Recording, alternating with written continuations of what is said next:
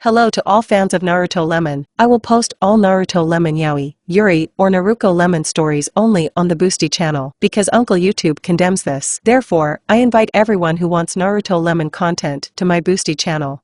Good luck. お前はどこまで見えている。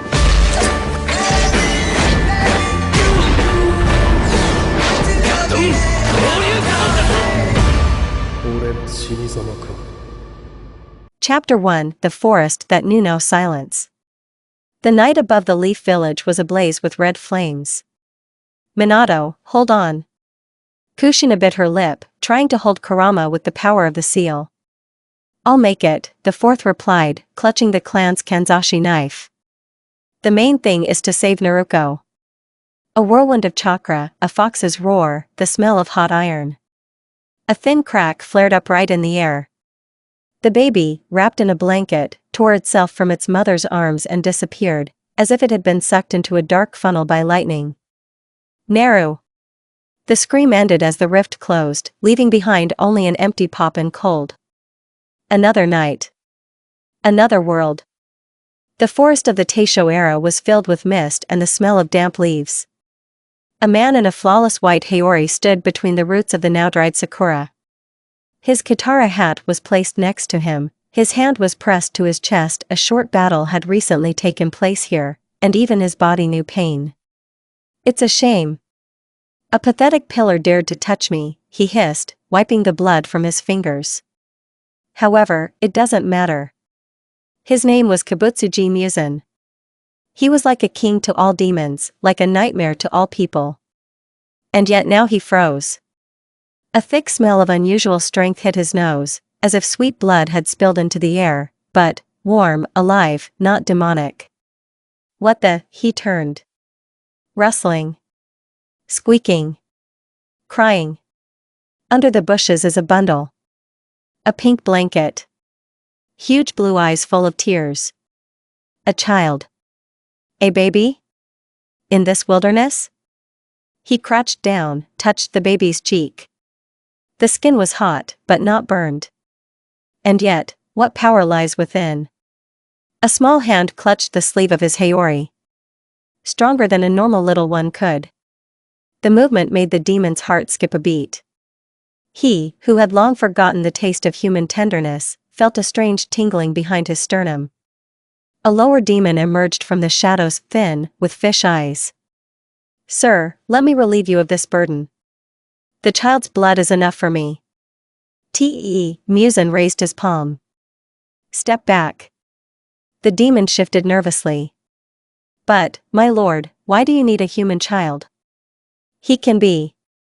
One more word and I will test how much your throat loves air. The fish demon froze, then, feeling the growing anger of the ruler, he disappeared headlong. Muzan looked at the baby again. She had stopped crying and was now looking at him as if she already knew how to judge. Her eyes shimmered with fiery amber, an echo of someone's powerful force. You're not even shaking, he whispered in surprise. It's funny. The leaf fell on the child's forehead. The little girl snorted, as if she was being capricious. The demon laughed, quietly, unusually for himself. It sounded almost human. What's your name, little one? She, of course, did not answer. But Muzan felt, the little heart was beating evenly, like the drum of fate. Suddenly, a branch snapped in the depths of the forest. Master, the fish-eyed man appeared again, bowing low to the ground. The hunters are nearby. What do you command? Muzan thought for only a moment. He rose to his full height and gently pressed the baby to his chest, as if he were holding a priceless vessel. We're leaving. And remember, he gave his subordinate a quick glance that flared red, no one is allowed to approach her without my permission. Not even you. Of course. The demon disappeared, leaving behind a trail of ash. A warm room in Muzan's mansion. A soft futon on the floor. The fire in the fireplace barely flickered. The baby was no longer crying, she was carefully studying the pattern on the ceiling. A strange miracle, Muzan said quietly, sitting down next to him. There is blood in you. No, not blood, but something much more ancient. He held out his finger, and she grabbed it, as tightly as she had in the forest. Inside the demon, where only cold ambition usually beat, something unexpected trembled. Something human. The demoness maid timidly peered into the room. Master, she needs care. Warm milk. Do whatever is required, he ordered. Without blood. Without unnecessary experiments. As you command. And, name? Name, he looked at the child. The little one sneezed comically, as if refuting the very fact of namelessness. Naruto. The words came to him by themselves. Remember. Yes, sir. Naruko. When the maid left, the demon sighed softly. Naruto, then. He said the name again, tasting it. Remember me too, child. Even if you ever rebel, remember, I was the first to hold you. The little girl smiled a wide, toothless smile. Perhaps it was just a reflex, but Muzan felt as if that smile was cutting through the icy crust around his heart. Later, in the deserted corridor, the fish-eyed subordinate tried to object again. Master, forgive my presumption, but the child. The temptation is great. Her power will grow. It is a risk. Risk? It sounded cold. The real risk is testing my patience. He ran his finger along the wall. The stonework swelled and began to breathe, as if it had been burned with acid. The demon trembled.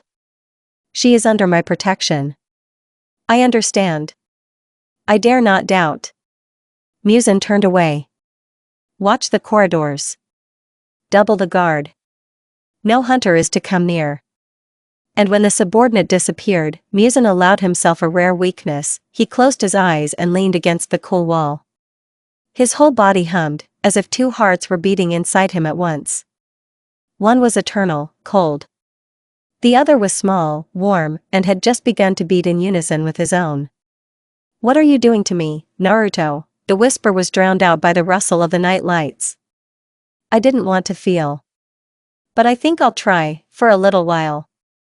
He returned to the room. The girl was already asleep. He sat down next to her, and the silence no longer seemed empty. The forest that knew no silence now lived in his chest. Thus ended the night in which the Demon King first learned the word for which he had found no meaning for centuries. From that moment on, every breath Naruto took made him feel, and that was why anything that threatened her doomed itself.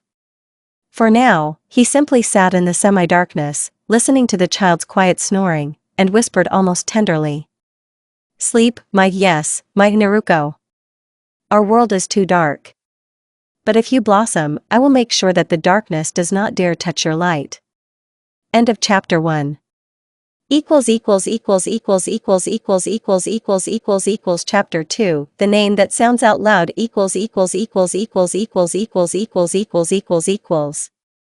Chapter 2. The name that sounds out loud. The room where Naruko slept gradually turned into a small garden. On the orders of Muzan Kabutsuji, the walls were lined with light wood, and low ceramic pots with liverwort, a flower that bloomed even at night, were placed along the window. They say this flower brings peaceful dreams, Muzan said, checking the moisture in the soil. It's beautiful. Naruko, now a sturdy 2-year-old, reached for the petals. But it smells like grandma's tea. The smell is not important. What's important is that you sleep soundly. There's a lesson tomorrow.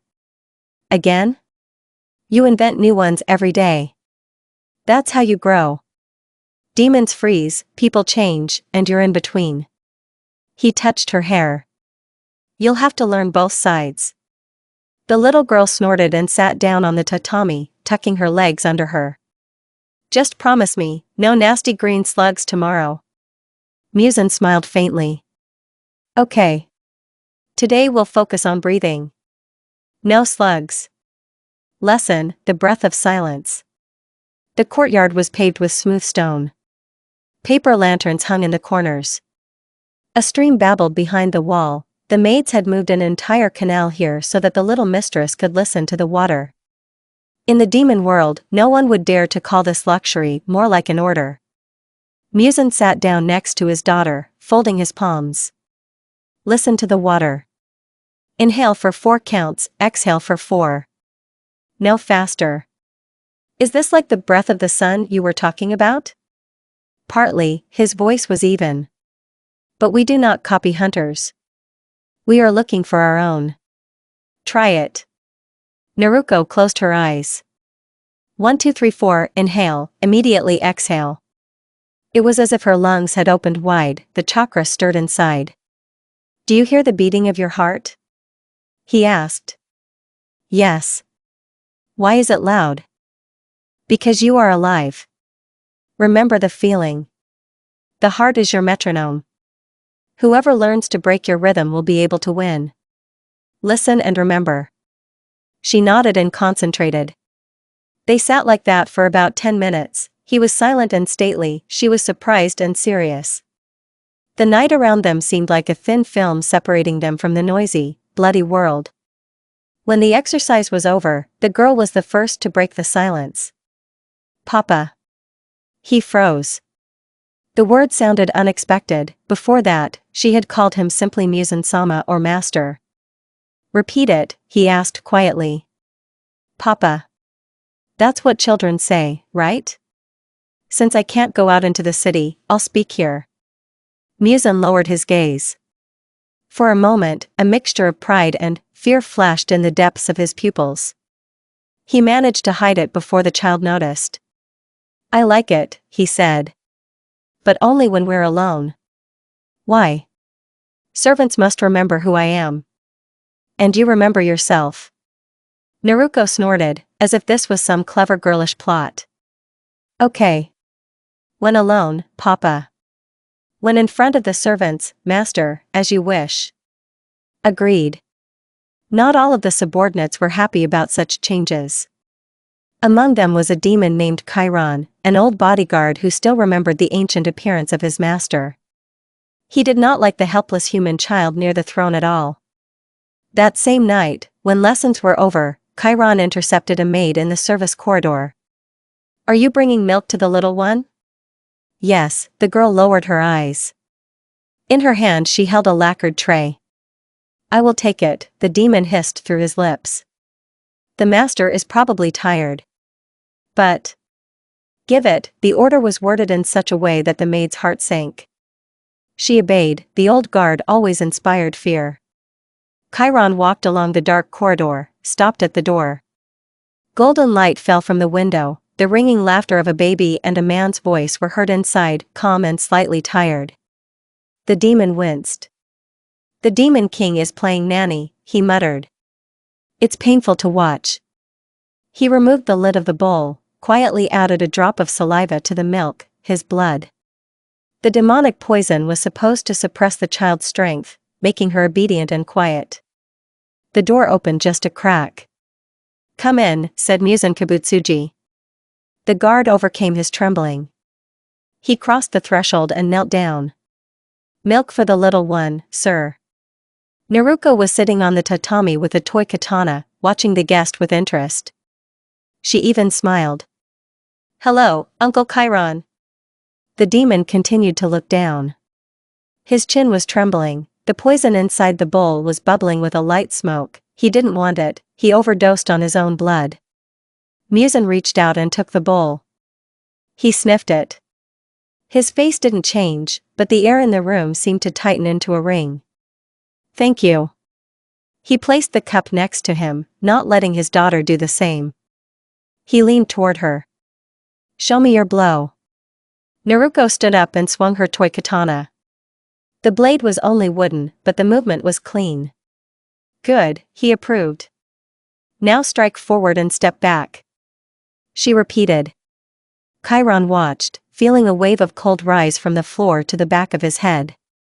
Enough. Muzan placed his hand on his daughter's shoulder and was no longer smiling. I'll sit next to you. He picked up the cup, and at that moment the liquid was covered in a thin web of black smoke. You know, child, any milk must be tested. His voice was quiet but harsh. Some servants forget that I can hear the breath of blood. Chiron twitched. His entire body felt like lead. He realized that he could no longer move, His master had connected him to the floor through blood. Lord, forgive me. Whose idea was this? Mine, only mine. Muzan slowly turned his head. There was no anger in his eyes, just a slight boredom. If you wanted to kill her, I would understand. But you wanted to break her. This is worse for you. He picked up the cup. The smoke disappeared, the milk was clear. He handed it to Naruko. Blow on it to cool it down. The girl blew carefully, unaware of how much drama her father was unfolding in seconds in silence. She only put the cup on the table and continued training with the wooden sword. Chiron, Muzan said. Remember, she is my daughter. Her freedom belongs to her. Any touch without permission leads to destruction. The demon hastened to bow, but his legs did not obey. Forgiveness. Forgiven, Muzan raised his hand, leaving the guard on his knees. But you will never see her smile again. Charon's bones creaked, his skin cracked, he began to slowly turn into a statue, until he completely disintegrated into grayish dust. Naruko turned at the rustle, but only saw her father close his hand. Everything all right? She asked. Yes, my little one, everything is fine. Drink. And remember, not every heart beats honestly. The next day, Muzan went out with his daughter into the morning sun. It was painful for him, but for the sake of a short route and shelter under an umbrella, he decided to do it. How bright. Naruko squinted, dancing. And it doesn't burn. Because here is an umbrella made of the blood of 100-year-old spiders. It absorbs everything that is dangerous for me. The sun is safe for you without any tricks, he explained. Remember, your strength is different. They walked along a narrow mountain path. In the distance, a small temple was visible, abandoned, but the roof was still holding up. They used to pray there for salvation from demons. What kind of house is this? People asked the gods to protect them from people like me. And they still died. Will they come to pray again? Maybe. Someday. There was no mockery in Muzan's voice. People repeat requests, even if no one answers. Naruko stopped, a thin red ribbon hung from the bell. She reached it and tinkled softly. The sound echoed across the valley. They will pray, she said, until someone answers instead of the gods. And who will answer? I can, the girl answered seriously. If you allow me. He looked at her for so long that the silence became noticeable. If you decide to protect people, you will have to fight demons. Perhaps even me. Then teach me so that I can avoid killing unnecessary people, she said simply. Muzan grinned, it was hard to tell whether it was pride or a premonition of trouble. Okay. Let's start tonight. Breathing, you already know. Next, the sword and fangs. If you are strong, you will choose your own path. If you are weak, the path will be chosen for you. Naruko nodded. I will become strong. Then go. Ring the bell for yourself. And for those who sleep. The girl rang it again. The thin sound carried far away. The lonely temple seemed to rise up. For a moment it became clear that in this world, light has a voice. Muzan closed his eyes. The sun burned his skin, but he did not retreat. Naruko, he said at last. Yes, Pa, sir? When we are alone, you can call me Papa. He said the word a little quieter, but without hesitation. It does not make me weak. But it reminds me that there are things worth remaining strong for. The girl smiled so widely that the sun's radiance seemed pale. The umbrella trembled in the wind, but Muzan's hand held it tightly, as if he would not allow anyone to eclipse this light.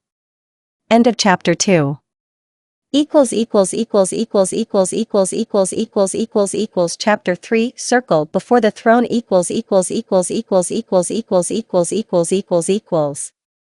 Chapter 3 The Circle Before the Throne. Naruko saw the great hall fully lit for the first time. Usually the torches smoldered lazily, but today the beetle lamps on the ceiling cast a steady white light, so that not a single shadow could press against the pillar.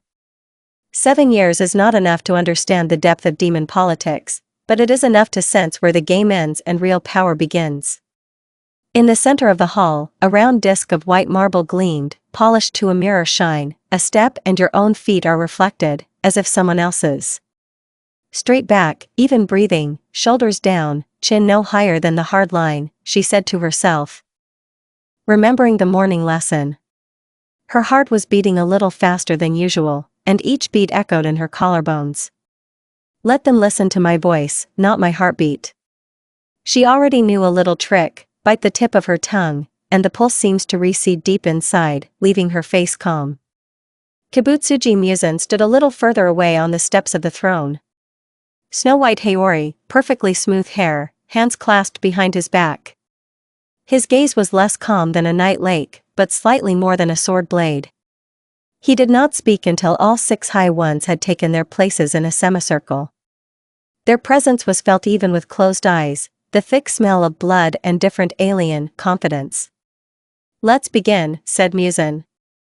His voice moved through the room like a bow on a string. Look. Speak. But remember, every word will reveal you. Akaza stepped first. Silently, as if he was still training in the snow. He stopped 2 steps away and bowed his head. State your name. Naruko. Just a name? Where is your Uzumaki? Where is the king's daughter? There was no contempt in the voice, but a check. The name is enough. You will understand the rest, she replied, feeling the steady pulsation in her throat become quieter. Don't bite your lip, showing nervousness is worse than falling. Akaza smiled thinly.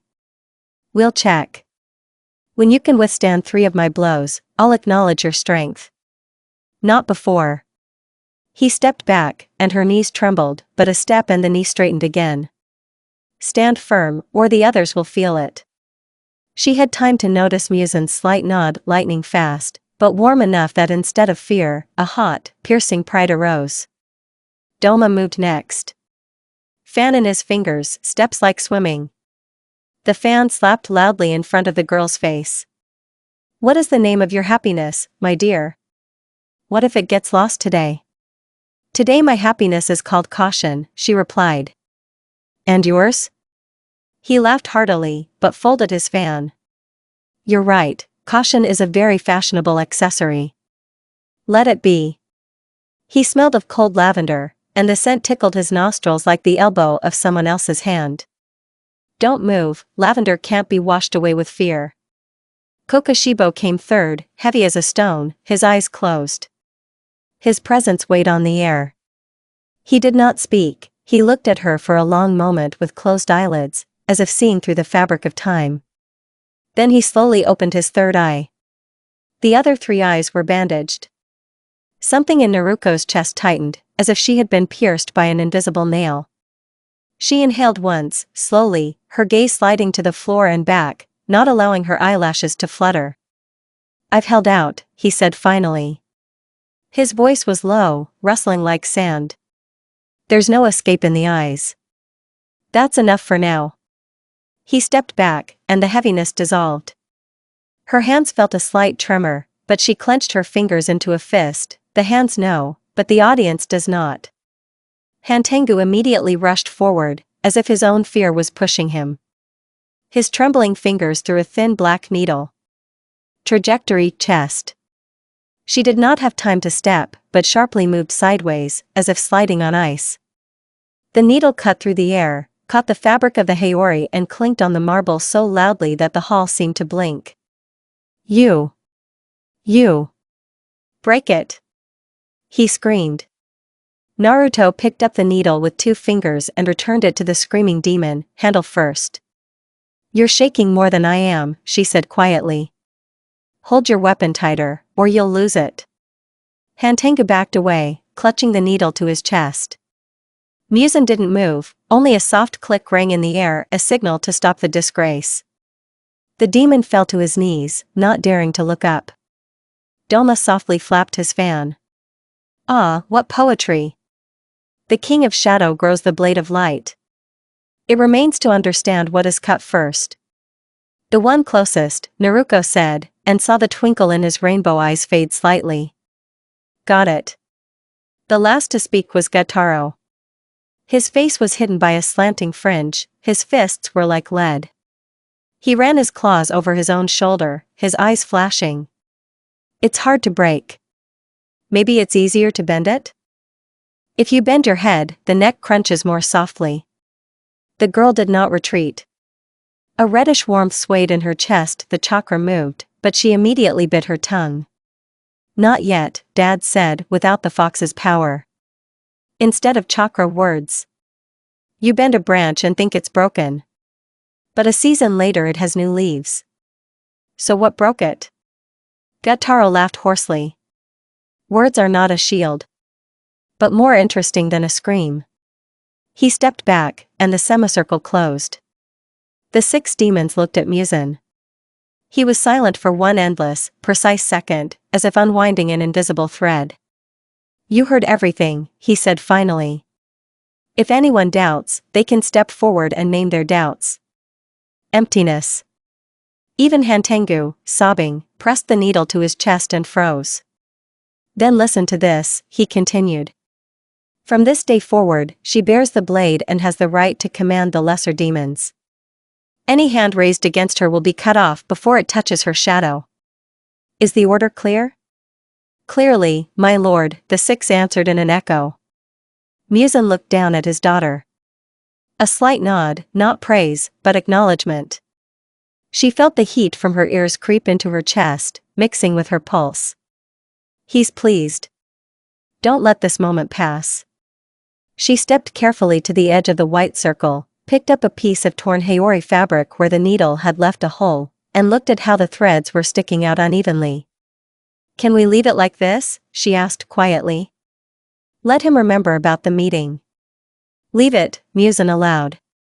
Scars aren't just on the skin. The moon slowly parted, each carrying away a new equilibrium. Doma, passing by her, bowed his head. Princess, one day I will give you another fan. Blades on both sides. So that words do not have to be sharpened. It's good to sharpen, she replied. Then they cut without blood. Akaza nodded briefly, see you at training. Kokoshibo passed by like the wind, but she caught a barely audible, look deeper than you look. Hantengu walked sideways, hiding his eyes. Gyutaro let out a hoarse laugh, not mockery, but recognition of strength. When only the 2 of them remained in the room, Naruko felt the warmth leave her fingers, as if the marble had sucked out the heat. She took a deep breath. Are you scared? Asked Muzan. Yes, she said honestly, but inside. They didn't see. Fear is natural. It's a shame to let it lead. She nodded. Her shoulders relaxed, and the trembling finally left her, a light ripple along her sleeves. He noticed, but made no move to meet her. The lesson was not over yet. In the evening, the breath of silence, he said. Tomorrow, the blade. In a week, you will be able to withstand 3 blows from Akaza. You said it out loud, she reminded. Words oblige. Muzan touched the top of her head, as if putting an invisible seal. If you do it, you'll get a sword of black steel. If you don't, you'll sharpen the old one until you can only breathe with it. Naruto smiled, just like him, with the corners of her eyes. I like sharpening. They left the circle together. Behind her lay a broken needle, the light from the beetle lamps was fading toward the ceiling, and in her chest the pulse had finally stopped beating wildly and became steady. Fear inside, pride inside, strength outside, but in measured doses, she repeated, walking next to her father. Her bare feet no longer trembled, and the white marble held the reflection not of a child, but of someone who had chosen a place in the very heart of the night, and had managed to stand firm. Chapter 4 3 strikes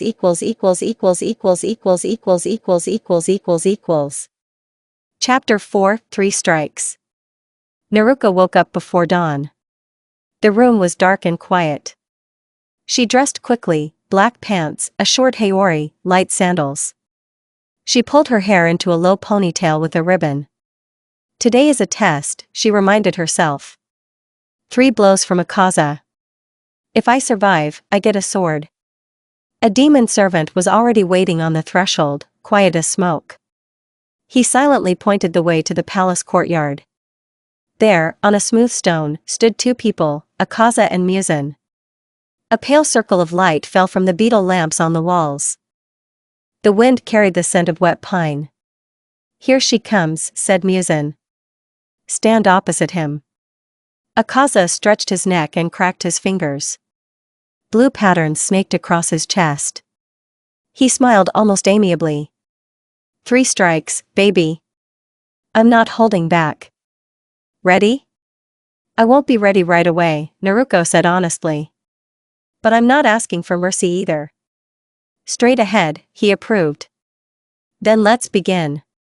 The first blow. It was sharp, like a stick striking water. Akaza didn't move his leg, only his shoulder jerked. The next moment the fist was already at her face.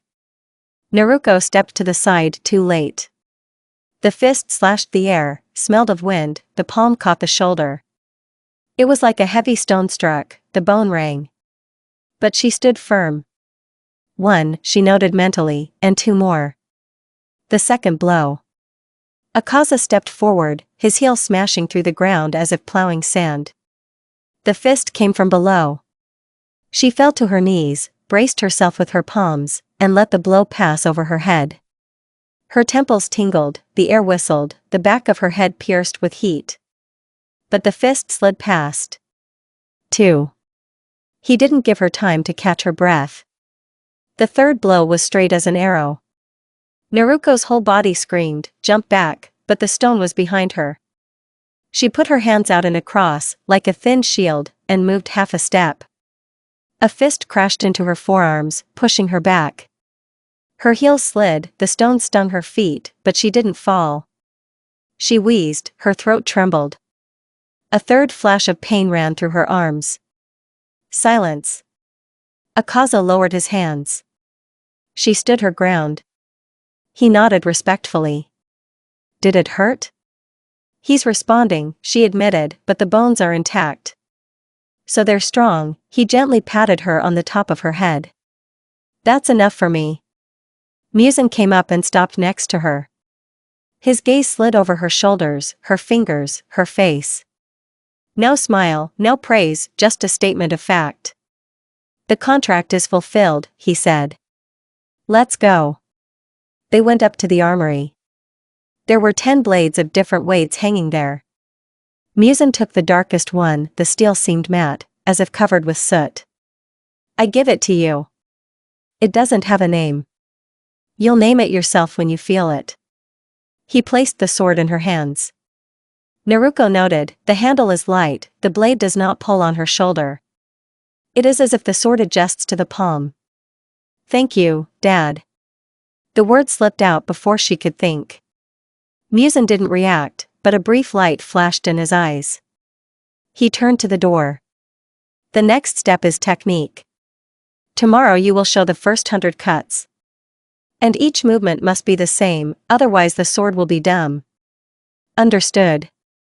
In the evening, when the first stars lit up the sky, Naruko trained in a side corridor.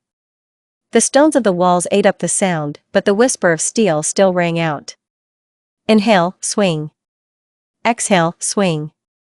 Her muscles ached, her palms stung. Then continue as before, she muttered to herself. No faster, no slower. Raise your hands higher, I suddenly heard. Kokoshibo stood in the passage. 6 eyes glowed a dull violet. He approached silently, as if he had grown out of the wall. The blade must go in one line, he said, otherwise the first serious blow will twist the wrist. Show? He silently extended his hand, as if he were holding a sword. He made an invisible cut. The line was precise, without a push. Naruko repeated it. The body remembered the direction immediately, as if the muscles had been given a rope. That's better, he agreed. Is the shoulder crease relaxed? It is now. Good. He was already turning around when she asked. Why are you helping? Kokoshibo looked with all 6 eyes at once. You are standing in a place where it is easy to die. I do not help, I protect the balance. Balance? If you collapse prematurely, the waves will go the wrong way, he explained. I don't like disorder. And he disappeared into the darkness of the corridor. Naruko touched the blade. Sharp, gentle. The sword seemed to accept me. She raised the blade above her head. Your name is? Stencil. No, that's rude. She whispered. Black Ray. It responded. So it will be so. Night. A small garden behind the palace. White flower petals glitter in the moonlight. Naruko sat by the pond. The air smelled of water and green moss. Her chest still ached from the first blow, her forearms burned. But there was something pleasant in this fire, the fire of life. Fear inside, strength outside, she repeated, pride quietly. She closed her eyes. Inside, a steady heartbeat.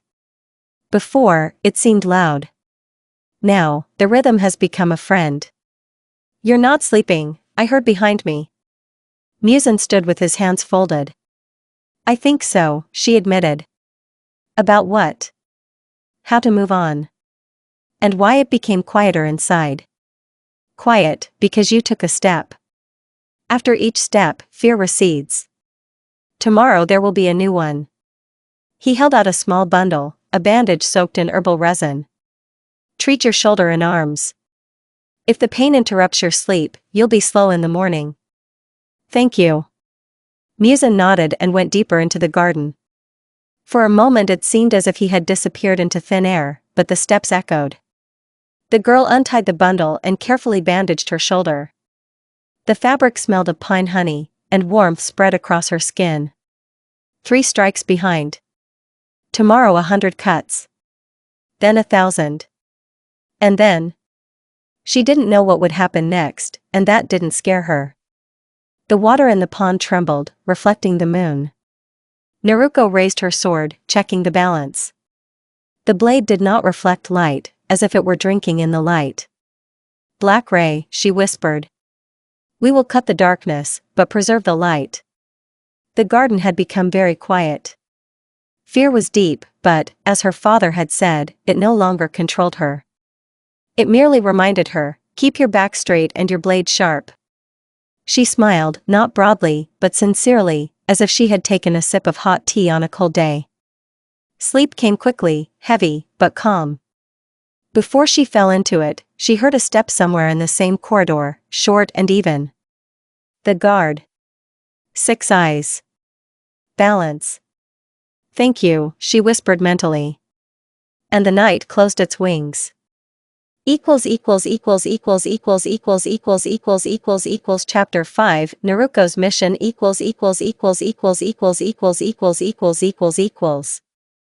Chapter 5 Naruko's mission. Naruko woke up an hour before dawn. The moon was still low, but the sky was already brightening in the east. The corridors were empty. Only a demon guard with a flame on his head silently pointed the way to the courtyard. There were 2 people waiting. Akaza stood with his arms crossed. Doma sat on the parapet, swinging his leg and fanning circles in the air. Between them was Muzan. Today you will go beyond the walls, said the father. You will see how the world breathes without the lamp bugs. These 2 will go with you. They will only interfere if you die. Why should she watch with us? Doma drawled. We'll show her everything in such a way that she'll be scared. Muzan gave a short glance that made Doma's fan snap. She must see for herself. Akaza is responsible for order. You are responsible for beauty. The voice was smooth but cold. No scars on the child's face, Doma. Not a single one. Akaza chuckled. I see. Let's go. They ran fast, along a dusty road past dry fields. Naruko kept up the pace, feeling the heat pounding in her chest. The first sun hurt her eyes. An hour later, a village appeared, 50 houses, barns, a crooked bell tower. Thin smoke curled over the roofs, and there was a smell of roasted turnips and cow dung. We'll be invisible until evening, Akaza said. But it'll be dark soon. The rogue demons will come out for prey. Our job is to see if this village survives. What, just watch? Naruko frowned. People will die. Your choice, princess, Doma sang. If you want to save, save. If you want to leave, leave. We don't judge. And you, she asked Akazu. The hunter sees the prey. The warrior sees the target. I am the warrior here. If they order me to defend, I will defend. If not, I will pass by. The words were calm, but the old anger was still trembling in her voice. Naruko nodded. Then I'll decide on the spot. The day dragged on. They hid in the attic of an empty temple at the edge of the village. Doma had laid out a deck of paper cards and was playing a single-player game, humming softly. Akaza sat against the wall, his eyes closed, his breathing even. Naruko listened to a pigeon kicking around under the roof behind the wall, to children kicking a ball made of rags below, to women grinding grain in mortars. The living world breathed nearby, and suddenly everything seemed too fragile. One push and cracks would appear. The sun touched the horizon. The village plunged into darkness. A wolf howled in the distance. Akaza opened his eyes. They're coming. 4 hungry demons. Low rank, but evil. Almost uninteresting, Doma sighed. Well, princess, what's your scene? The street was narrow, there was nowhere to hide. 4 tramps emerged from the darkness, broad backs, stretched necks, mouths full of needle-like teeth. They walked, sniffing the air. It stinks of fear, one croaked. 2 children playing with a ball froze in the middle of the road. An old woman at the well dropped her bucket. It clanged from the impact, the sound broke the dense silence. Naruto stood between the demons and the humans, her hand resting on the hilt of the black ray. Go back to the houses, she quietly said to the children. Quickly. The children rushed to the porch. The old woman remained, trembling. The demon approached. Go away, girl. We're hungry. If you want to eat, look for a boar in the forest. Naruko raised her sword. These people are not food. The food is arguing. The second tramp yelled and jumped. The blade whistled, Naruko shifted to the side, slashing the flat side at his knee. Cartilage snapped, and the demon fell, burying his belly in the dust. The second one dug his claws into the air, trying to reach her shoulder. She dove forward, hooked his leg, spun around, and slashed at his neck with the back of the blade. The demon hissed, but his head stayed in place. The blade didn't cut, it just muffled. Are you playing? Akaza asked, watching from the shadows. I'm not a killer, Naruko said. The third tramp knocked the last of the old woman's voice out of her. He grabbed her shoulder with his claws. A scream exploded in the street. Naruko lunged, but then the fourth jumped at her back with a grin. The blow was close, but the hand with the pink fan suddenly cut the air. The demon's head separated from the body. Dust flew up. Doma wiped the blade on his sleeve. I helped a little, sorry, it's boring to wait. The old woman was shaking, blood was appearing on her dress. Akaza stepped forward, touched Naruko's hand. Press the wound. She's fragile, but alive. I'll take the other 2. With one thrust he knocked the demon's jaw out, with the second he threw the third into the wall. The stone cracked. The remaining vagabond darted about like a blind rat, and then a shadow opened in the temple wall. Kokoshibo came out. 6 eyes glowed pale violet. It's too noisy, he said. Not a single wasted movement, the hand slid, the blade flashed, the demon crumbled into ashes. Naruko didn't see the blow itself, only dust and silence. Kokoshibo turned to the girl. You didn't hit deep enough to kill. Why? They only listen to fear, she replied. I showed pain. That's enough. Sometimes pain makes it worse. Remember. He disappeared as quietly as he came. Doma unfolded his fan and clapped his hands. The scene is over, the audience is happy. Oh, princess, you know how to surprise. The old woman was whispering a prayer. Naruko laid her down on the porch and bandaged her wound with her sleeve, as her father had taught her. Akaza stood nearby, not interfering. These people will remember, he said. You have set a sign. Life will become even harder from now on, fear attracts the beast. But they decided to live, Naruko objected. I heard them and answered. He nodded. Then hold the blade the same way tomorrow. The return journey passed in silence. The night smelled of smoke and fresh blood. In front of the palace gates, Doma handed the girl 2 red lilies. As a keepsake. One is about fear, the other is about you. Naruto took only one. Keep the second one for yourself. Remember. I'm not bread, I don't feed everyone. He laughed and disappeared into the shadows.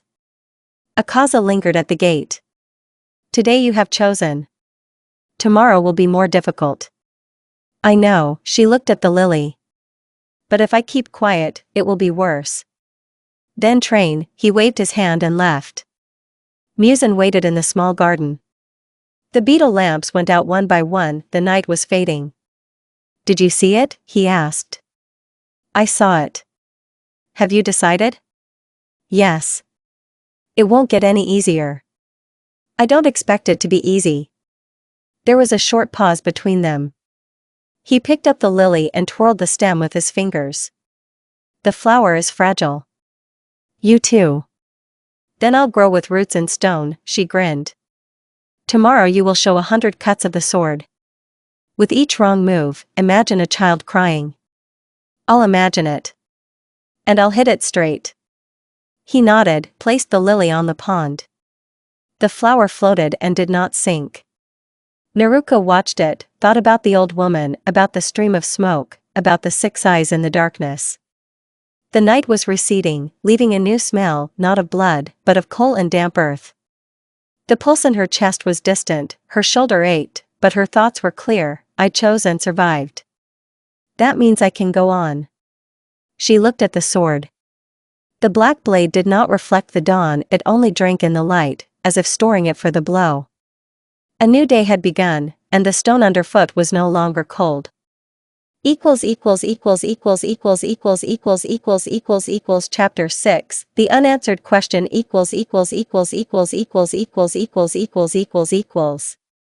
Chapter 6 The unanswered question. The morning smelled of wet grass and metal dust. Naruko was sharpening the black ray on a flat stone.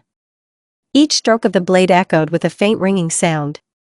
Her shoulder still ached from Akaza's blows, but the pain was steady, like a metronome. 1 Inhale, 2 Exhale. That's enough, said her father, appearing without a sound. 10 more times, she replied, not taking her eyes off the blade. The stone is right, you are stubborn. But time. The meeting awaits. She finished the last pass, wiped the sword on her sleeve, and stood up. A thin chalk mark remained on the hilt, proof that the edge held. 3 people had already gathered in the inner hall, Akaza, Doma, and Kokashibo. Doma, as always, was twirling his fan. Akaza stood by the wall, arms crossed. Kokashibo, all 6 eyes raised, was studying the ceiling's pattern. Sit down, Muzan ordered. Naruko knelt down next to Akaza. She felt her heart pounding in her chest again, but slowly. Fear inside, step outside. The formula worked. Yesterday a girl saved a village, Muzan began. What did you see? I saw 4 screams and 1 choice, Akaza said dryly. She didn't kill needlessly. She disarmed. Quickly, cleanly. Doma chuckled. She even let me take one's head. So kind. You interfered without a command, Muzan noted. You just stopped the noise. If she wanted, she could have done it herself. His smile was doll-like. I just decorated the finale. It's too noisy, Kokashibo said quietly. But the balance is not disturbed. Naruko turned her gaze to Muzan. I was waiting for the question why. We'll ask now, he answered. They first. Today you answer, but listen to the end. He turned to the moons. Why did you help? One could have killed her instead of the demons. Another had already cut off her head without orders.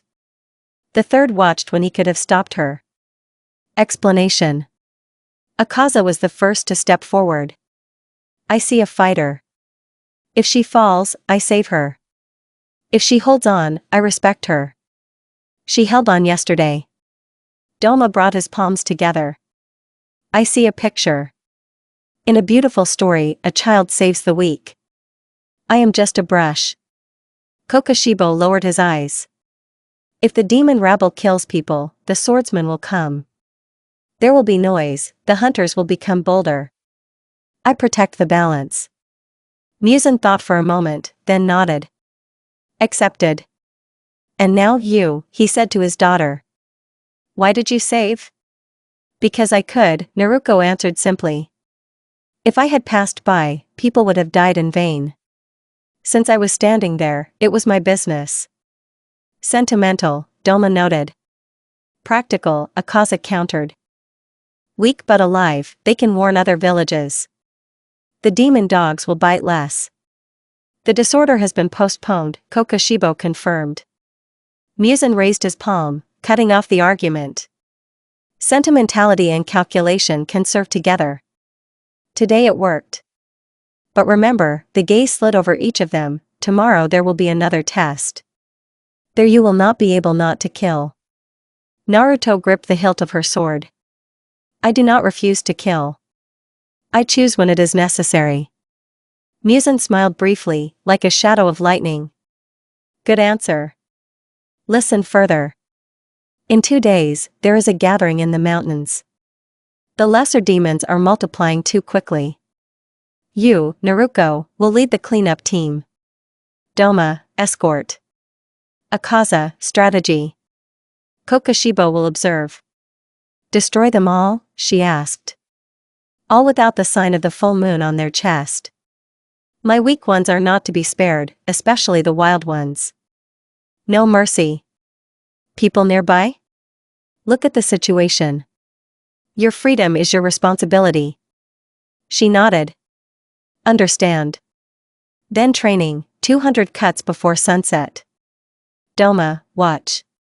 If he misses the line, you won't be bored. Doma clasped his hands dramatically. What a cruel daddy. Discipline, Muzan snapped. The meeting is over. The moons parted. Akaza managed to whisper to Naruko. If your hand gets tired, change your grip before it hurts. And don't listen to his jokes. He's happy when someone makes a mistake. I'll take that into account, she replied. The backyard was empty. Naruko stood facing the pine tree, raised her sword. The first cut was the sound of silk fabric. The second was a little rougher, her shoulder muscles were already aching. Doma sat on a rock, beating out a rhythm with his palm. 4, 5, 6.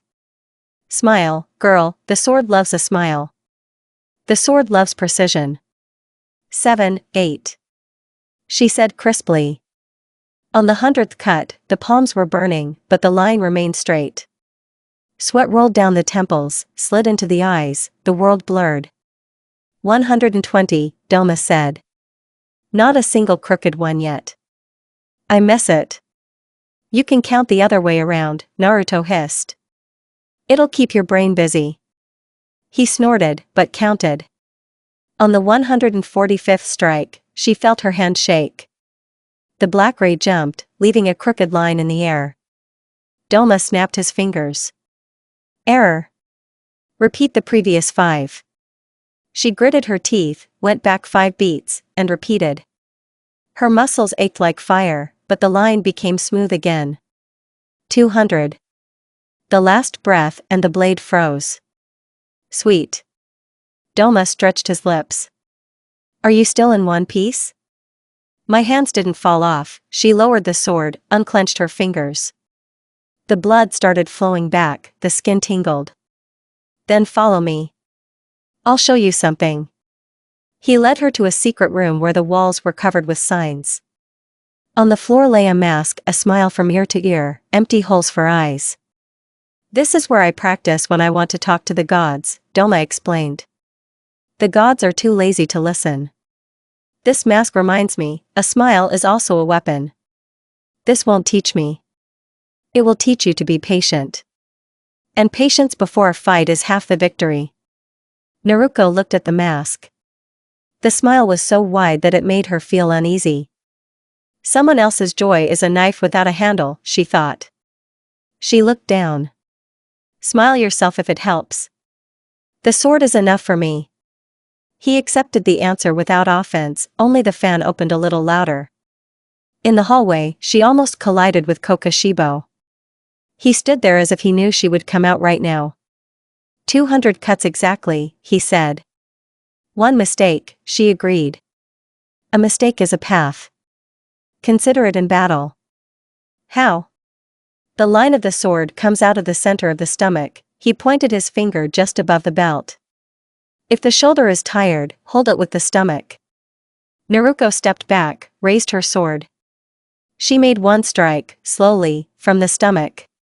The movement was easier. Kokoshibo nodded. Remember tomorrow in the mountains. Thank you. He didn't answer, 6 eyes closed simultaneously, and the figure disappeared into the darkness of the corridor. Night. The garden again. She sat on a rock, watching the wind sway the lily left on the water yesterday. The flower had darkened, the petals were swollen with moisture and almost drowned. Father's steps. Do you understand why I sent you with them? So that I can choose and feel the weight of the choice, Naruko said without thinking. And so that they can see me doing it. True. It will be different in the mountains. There are no people there, only us.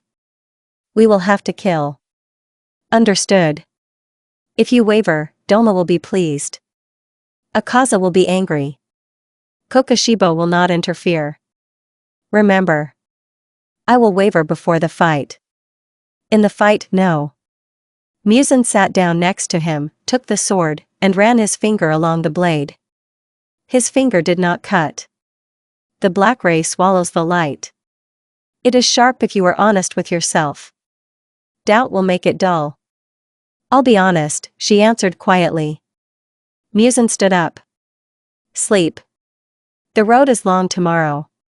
He left, leaving behind a light scent of night iris. Naruko looked at the sword. A single star was reflected in the blade. She closed her eyes, remembered the faces of the people she had saved, an old woman, 2 children, a man with a lantern. Their smiles were modest, but alive. I chose, and they are alive. Tomorrow I will choose, and there will be blood. This is my score. Her heart beat more evenly than yesterday. She put the sword in its sheath and stood up. The flower on the water finally sank, leaving circles. The girl went to the door, sleep no longer frightened her, it was waiting to make the morning easier. At the same time, to make her hand firmer. Ahead, the mountain smelled of pine and death. But now the garden smelled of grass, the skin of warm earth. And the fear was where it should be, right inside, squeezed and obedient, like a little animal on a chain. Chapter 7 Mountain Trail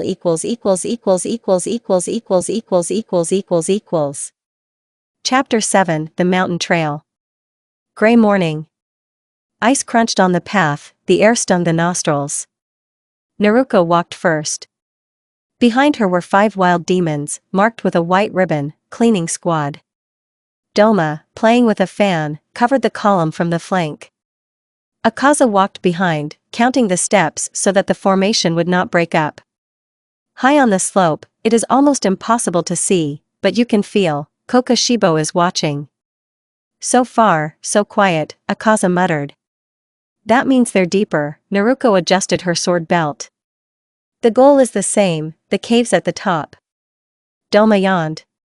50 wild ones. No mind, only hunger. Bored, princess. Surprise me. I'll see, she said. We'll work quickly. The crossing lasted an hour.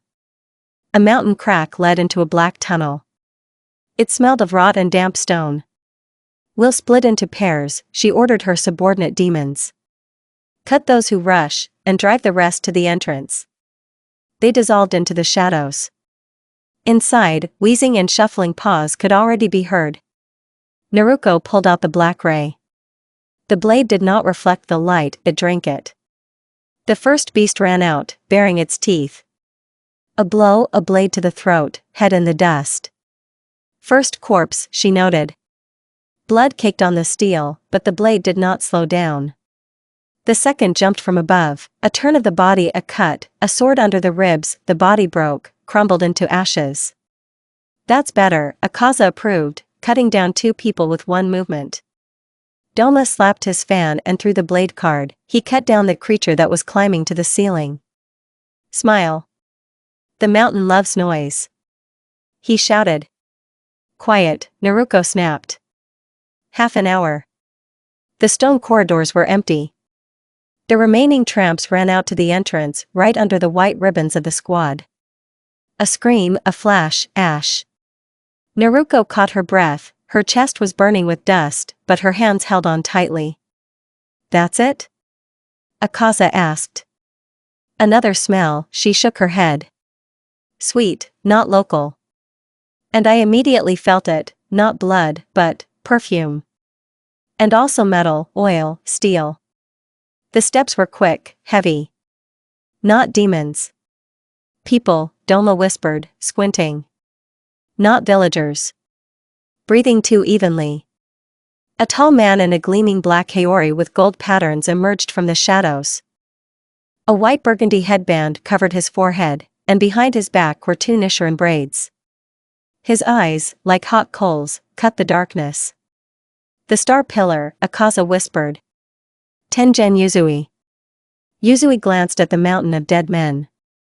"Demons killed demons?" "Amazing," the voice sounded confident as a drum. "And who are you, girl? You don't look like a prisoner." "Naruto," she said calmly.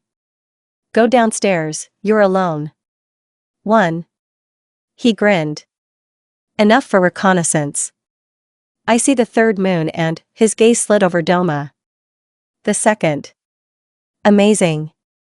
2 generals and a schoolgirl." Doma spread his fan. "A schoolgirl with a very sharp pencil. I advise you not to check." Yuzui stepped forward. 2 sides whistled, chains clanked. "There are no people here?" "No," Naruko replied. "Only carrion. We burned it." "Burned out of mercy? Or by order?" For the sake of order, Akaza intervened. "Go away, pillar. It's none of your business." "Order?" Yuzui burst out laughing. "Your order is death. All I see is a threat and a silent girl with a sword." Naruko gripped the hilt. Her heart pounded louder, fear inside. She stepped forward, standing between him and Luna. "Do you want to fight?" "It will be noisy," she said. "There are no people here. Only fighters. Let the noise stay in the mountains." "Noise is my middle name, baby," Yuzui flashed. "I'll take your head for the sake of a spectacular report." Akaza tensed up. Doma whistled. "Daddy won't forgive," he sang. "This won't be a report, but a funeral with fireworks." Naruko raised her palm. "I am the leader of the operation. My decision is to leave without a fight. We are done." Yuzui crossed his braids. "I do not obey the demon." "You're on foreign soil," Akaza said. "If you pass through us, try it." The silence stretched. Snow dust swirled in the light. Naruko stepped closer to the pillar. There were 3 steps between them. "I am not an enemy of people. Yesterday I saved the village. Ask, you will be told." "Demons lie," he answered harshly. "People saw." "Check. There's enough blood now." "Yours too." He squinted, counting, weighing. Akaza and Doma did not move, 2 blades were ready, but did not rush. Yuzui understood, one blow, and the war will begin. And there will be no answers. Okay, baby, he slowly lowered his braids. I'll check. If you're lying, I'll come singing louder. Come and let's talk, she said. The pillar cast a long glance at her. He turned to Akazu, to Doma. He grinned. Amazing. Demons teach discipline. The world has gone mad. He retreated, disappearing into the darkness. When the sound of footsteps died down, Naruko exhaled. The sharks inside her let go. But the adrenaline was still pounding. You're brave, Akaza grinned. To the point of stupidity. It's reasonable, she corrected. Fighting without a reason is stupid. Doma opened his fan. But it's fun. You're having fun. She turned away. Let's go back. Palace. Throne room. Muzan listened to the report in silence. At the end he asked. The pillar is alive. Why? A fight would have done more harm than good, she replied. He's gone. He'll check the village and hear the truth. Decided to keep the secret? Muzan's thin eyebrow rose. I decided to preserve the balance, said Naruko. And she added honestly, and people. There was a pause in the hall. Doma smiled but remained silent. Akaza looked at the floor. Kokushibo looked at the sword on the wall. Balance, Muzan repeated. How much was the pillar's head worth? Today extra noise and blood of ours. Tomorrow a hunt for us. Expensive. Muzan looked into her eyes for a long time, dark, calm, without trembling. Accepted, he said finally. The hunter will have a question. You will answer. Will he come to me? He will come. Your choice is your fight. I will not interfere. Naruko nodded. The fear inside her raised its head, but remained silent. She already knew, choosing without fighting is also a weapon. Rest, Muzan ordered. Tomorrow is a new task. Until then. He raised his hand, and a servant brought out a dark box. Black Ray has earned a pair. A short sword for the left hand. Balance. Naruko opened the lid. The steel reflected the bug lamp. Thank you, Dad. The word sounded confident. And no one smirked. Not even Doma. She felt the circle shrinking, becoming tighter but clearer. Balance is not something that is given, but something that threatens to be lost at first. And she is ready to maintain balance as long as her heart beats evenly and her blades are sharp. Ahead is a hunter, and there will be more questions. But for now the night smelled of pine smoke and steel, and the fear inside slept, curled up in a ball. Chapter 8 The border between inhalation and burning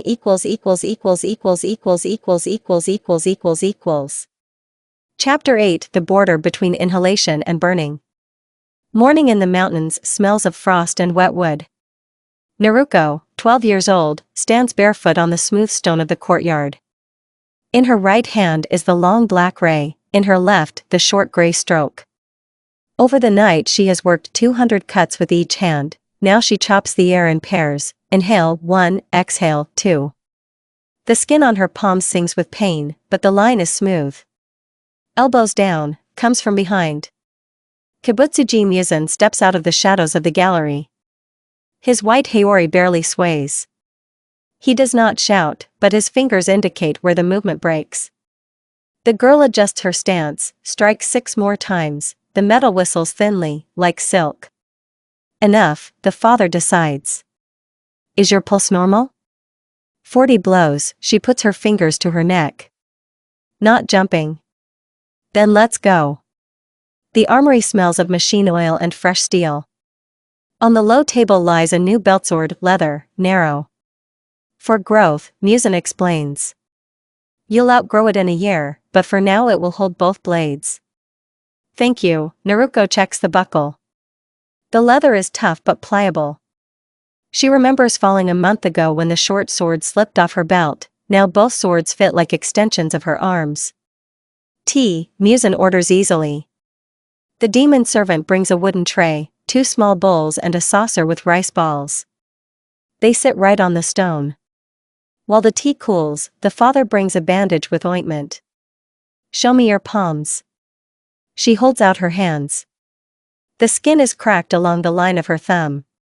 Without further ado, he smears the cracks with a thick green paste. It smells of mint and resin. It stings, but it's pleasant.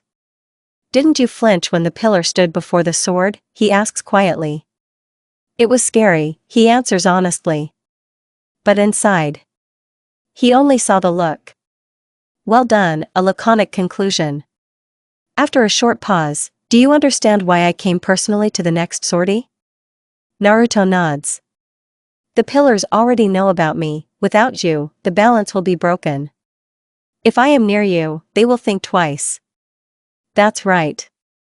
And I also want to see how your determination holds up when Akaza and Doma aren't around, but I am. She hears, determination, but reads, heart. The heart that he hides. We'll see, she says, sipping tart green tea. In the evening, Kokoshibo finds her in a long corridor. 6 eyes shine a dull violet. Girl, the voice is quiet, but not hissing. Tomorrow is the road to the north. The nights there are short, the enemies are fast. Show me the crane wing. Naruto draws both swords. The right one, the left one, too, a double cut, the handles changing the trajectory of the wind. The blades do not touch the air twice in the same place. Kokoshibo watches for a second, then nods. Reduce the amplitude on your shoulders. Save your tendons. Your 12 years are growth, but your strength is still bone, not muscle. Understood. He's already turning around when she asks. Why are you helping me? You are not a reader of bright parables. Because you are a stone in a still pond. The stone is small, but the ripples go far. I like to know where the next ripple will be. She likes the answer, direct, honest, without unnecessary coloring. Night. The water whispers in the garden. Muzan stands by the pond, watching as a single lily, picked a week ago, rots in the shade. Are you still saving flowers? She asks, coming up next to him. Flowers don't ask to be saved. They just grow if you give them water. And the people? A step closer. People are screaming for salvation, but they are running for the sword. Why do they need water? He looks at her sideways. You want to give people water? She searches for a long time for the word. I want to give them a choice. If the cry is honest, let them find water. If they want a sword, they can get a sword. Muzan places his palm on the water, the lily spins, the petal finally breaks off. I'm learning to choose, he says quietly, as if to himself. This is also a burn. I'm here, Naruko answers just as quietly. If it burns, we can share it. Fire is difficult to divide, his lips twist into a strange half-smirk, but his voice became softer. But you are stubborn. He removes his hand and stands up straight. Sleep. The road is long tomorrow. The coldest time is between midnight and dawn. Take a padded jacket, don't be a hero. She smiles with the corner of her lips. For him, it is a rare sign. He remembers how difficult it is for a child in a world where even a smile is a luxury. Good night, Dad. Until dawn, Naruto.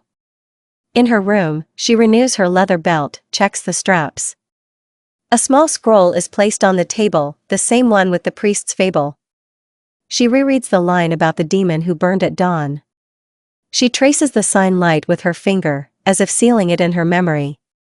Light is pain, but also warmth, he thinks. If he gets burned, I have to stand next to him. On the windowsill, moonlight falls on swords. The black ray swallows the beam of radiance, the gray stroke reflects it just barely. 2 hearts, 2 paths, 2 halves of a solution. Naruko lies down, but leaves the window ajar, let the cold wind remind her of the northern road. Let her heart beat evenly. Tomorrow she will walk next to Muzan, not a prisoner or a guard, but a daughter who can burn, but will not burn herself. Chapter 9 Steel that hears the heart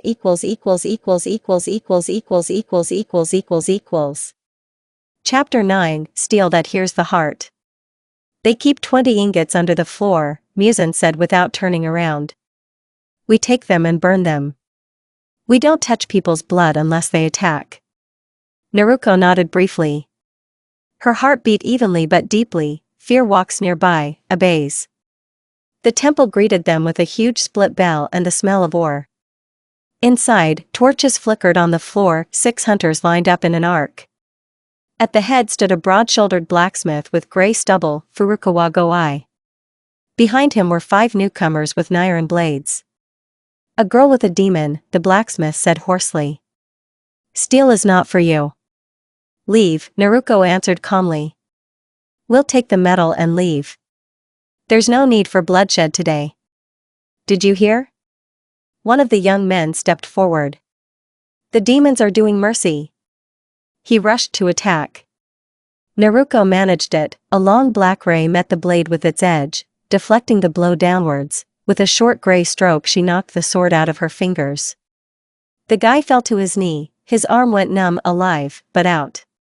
The second jumped on top. The girl went sideways, hooked her leg, and drove the air out of her lungs with the hilt. The third and fourth rushed together, but the boulder where Muzan's shadow had lain a second ago cracked in half and fell in front of them, not touching them, but blocking the passage. The fifth was seized by fear and went crazy himself. One chance, Naruko said. One step back, you live. The blacksmith squeezed his hammer. Steel was forged to cut down people like you. The hammer fell. Muzan's palm caught the steel, and the iron shrank like foil. The girl did not lift the blade, she merely extended her hand between them. Live if you swear not to forge blades for slaughter, she said quietly. Furukawa spat snow. They forged to protect. But you left them alive. It's a duty. He waved to his students, 5 of them stumbled toward the exit. There was no blood. The wind exhaled. Heavy boxes were found under the floor. The porters dragged the ingots out into the yard and sprayed them with resin. The girl brought a torch, the orange flame flared up to blue. The metal hissed like noodles in boiling water. It's a shame about the blades, she blurted out. The blade does not know the truth, Muzan replied. The heart does. While hearts are weak, ashes are better. Another nod. She remembered the bitterness of the smoke, the scorched steel smelled of unspoken hope. As the fire consumed the last of the ingots, new torches lit up the ridge. 3 lights moved quickly, like music. The star pillar Tengen Yuzui came out first, 2 chain scythes clanking like carillon pendants. Behind him was Jutomioka, quiet as dark water. The third was Shinobu Kocho, a smile of honey, eyes of poison. What a stunningly vivid scene. Yuzui laughed loudly, looking at the ashes. We ran to the sound of steel, and came to a fire. There are no more, Naruko replied. We didn't touch the people. Is Furukawa alive? Tomioka asked. He took the students away, she turned the blade slightly so that they could see the dried blood only on the hilt. Shinobu took a step closer. But you have destroyed the hope of new swords. This is the enemy of humanity. Hope without reason is a blade without hands, said the girl. First you learn to listen to the heart. Demon's heart? Bee sting once, Shinobu smiled thinly. Are you sure you'll have time to choose a side? Muzan took half a step, but with his eyes he called his daughter to speak. I'm sure that blood is unnecessary today, she replied. If you want a fight, it will be after the selection. Yuzui twirled his braids. I propose a deal, leave your father and come with me. Living in society is wonderful. Father is not a sack of rice, the girl crossed her blades. Go away. The silence was ringing, only the chains of sound creaked. Tomioka was the first to break it, he drew his sword halfway, let the blade flash in the moonlight, and lowered it again. She's not shaking, he said. Blades are useless today. Shinobu shrugged. Yuzui sighed theatrically. What a stunningly boring finale. But there will be fireworks. I'll be back for more steel. When you come back, we'll talk again, he said quietly. The three pillars disappeared into the darkness, the sound of their footsteps fading like sparks on snow. The girl put away her swords and suddenly felt her fingers trembling only now. Not in battle after. She did not hide the trembling. Late fear is right, said Muzan.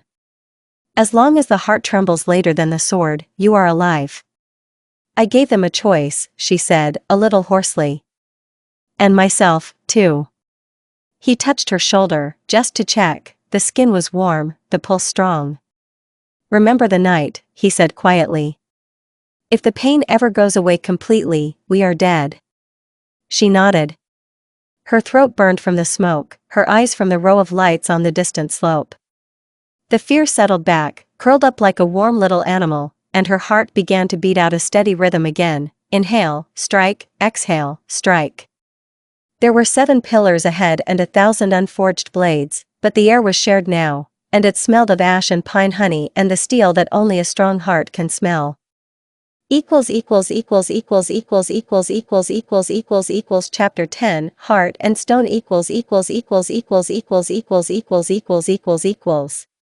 Chapter 10 Heart and Stone. A black transit road ran along the ridge. Along it, like scattered coal, stood the hunters' warehouses, each one stored a batch of freshly forged iron steel.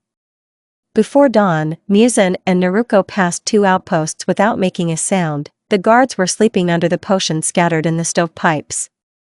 At the 3rd warehouse, the smell changed. A heavy aroma of incense and damp granite floated in the cold air. That was the smell of a stone pillar. Gyomei Himejima waited in the middle of the road, a glowing halo resting on his chain mace, his eyes blind, his palms clasped in prayer. To the right, on the semicircle of the covered pier, was a pink shadow, Mitsuri Kenroji, a sword whip wrapped around her ankle. An orange torch trembled between them, like a weak heart in a giant's palm. Naruko stopped 10 steps away. Black ray in her right palm, gray stroke in her left. Muzan didn't say a word, all it took was half a step back for his father to know. She would speak. We'll take the steel, the girl said evenly. We won't touch the people unless they interfere. Gyomei lifted the chain. The ringing iron broke the silence. A monster's heart never seeks mercy, child, his voice boomed like a church bell. If you come for steel, you come for war. Mitsuri stepped forward, her smile soft, her eyes anxious.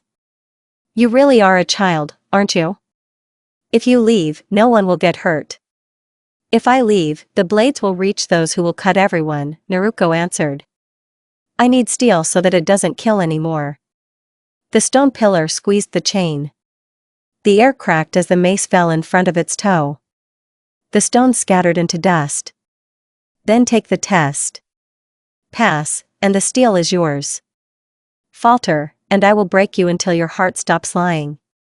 Naruko listened to the beating inside her chest.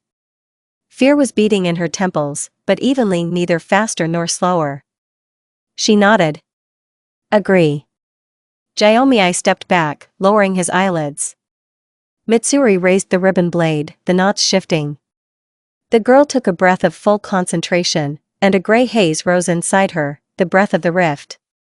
The first form was pointless to use. Against 2 pillars, a chaotic impulse would lead to death.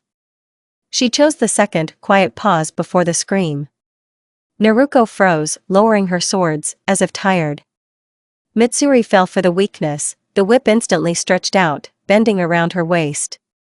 The girl exhaled, changed her support to her left leg and slid inside the circle of the ribbon into the dead zone. Gray stroke cut at an angle of 50 degrees, not the skin of the pillar, but the metal of the blade whip.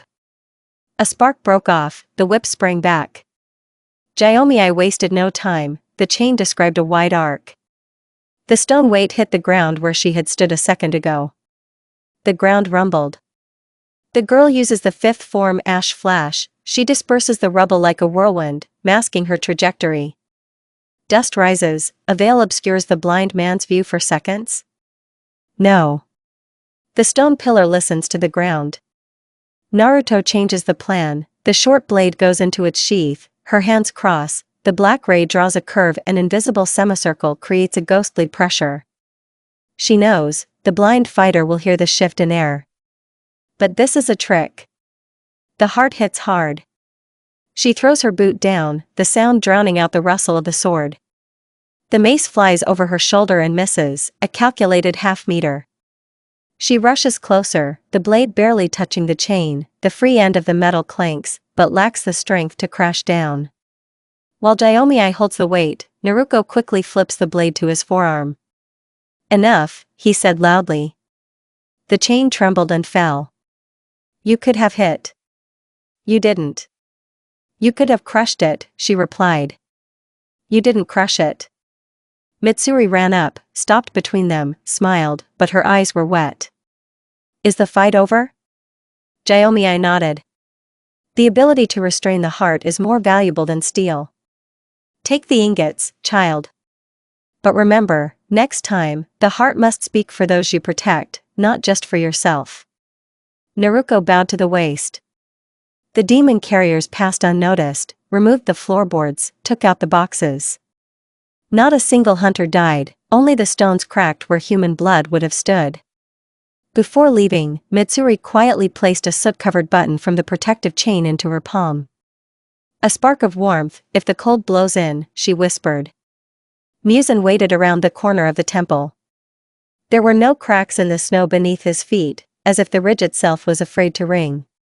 He looked at his daughter, then at the boxes in the demon's clutches. Is your heart trembling?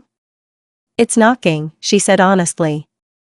The pain in her ribs echoed faintly, but the fear was not a whisper, but an even bass. Remember the law, if you hold back your sword hand today, you will hold it back tomorrow. If you weaken, you will lose two worlds at once. She nodded. Behind her, broken stones gleamed white, and between them lay a circle of level ground, where she had frozen in her second form. Her breath was escaping in clouds of steam, but the blood had already returned to her fingers. She slipped Mitsuri's button into the pouch by her heart, a reminder that even stone can hear if the heart beats honestly. At the pass, the wind dispersed the smoke from the fires, the smell of ore dissolved among the pine needles. The girl looked back only once. The temple seemed small, almost a toy, but a crack in the stone shone with the silver of the moonlight, like a thin smile. A place where stone and heart came together so that no one would turn to ashes, neither people, nor dreams. Chapter 11 3 strikes before light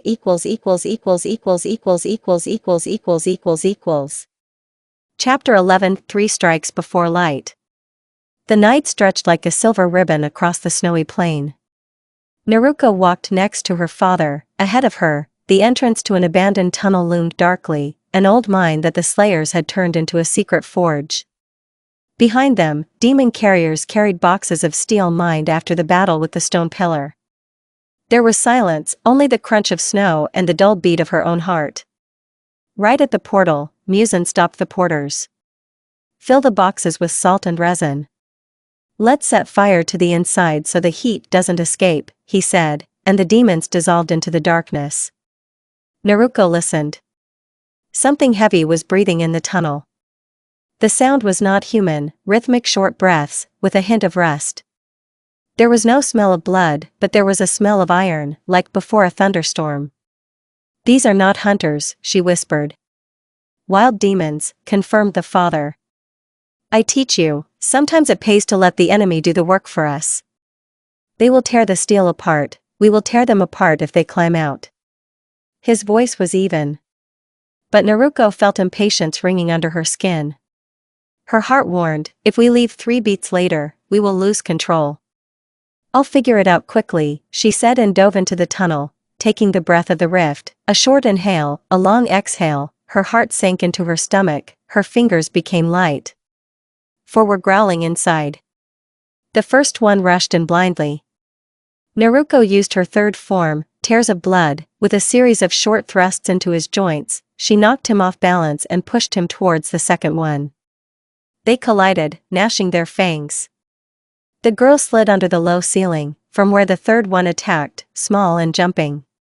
He got the second form, silent pause before the scream. She froze for a split second and thrust the gray stroke right under the collarbone, wounding him non-fatally. The demon roared, collapsed, blocking the passage of the fourth one.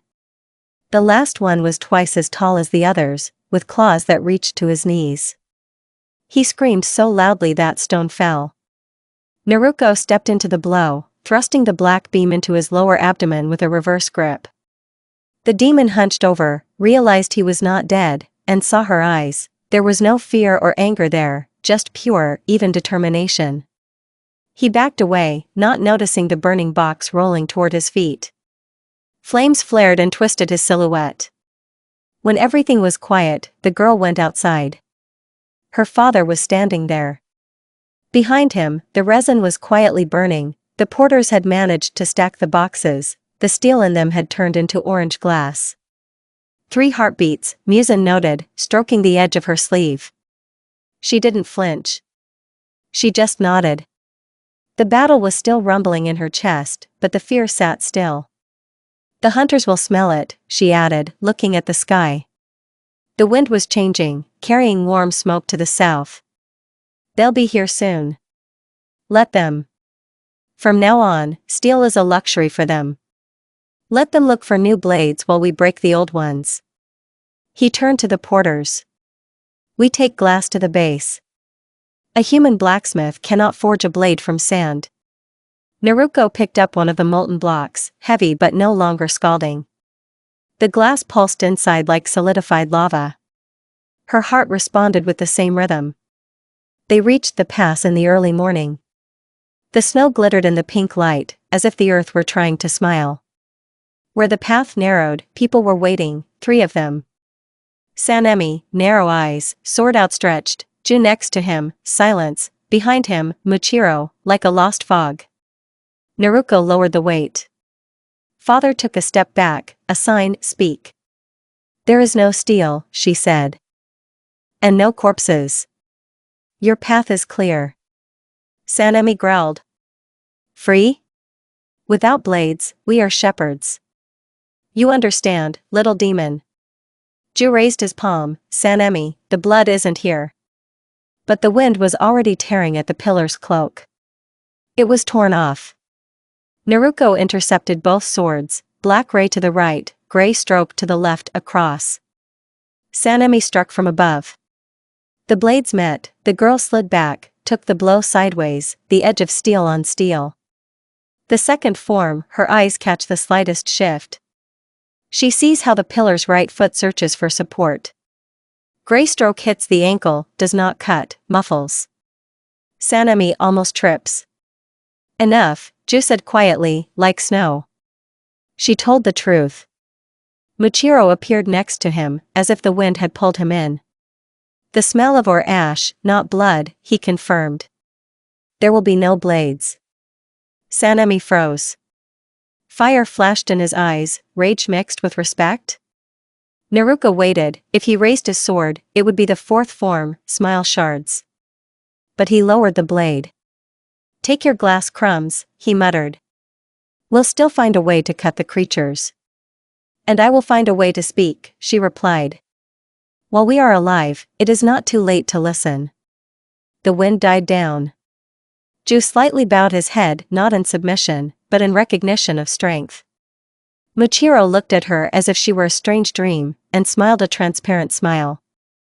The hunters left in silence. Naruko's heart beat steadily. Muzan picked up one of the glass bars and held it up to the dawn light. The pink seed inside was shining. A mirror could come out of such a blade, he noted. And what will we see? She asked. If we can look straight ahead, we will see ourselves. As long as you haven't looked away, I need a mirror less than a sword. For the first time in all that time, he said it softly. The girl felt the dust settle inside her chest. Ahead was a long descent, new fear, new forms. But the mirror was already being born, the flow of blood, the fire of steel, and the quiet morning light that was reflected in the glass, and in their eyes, too. Chapter 12 A crack under the skin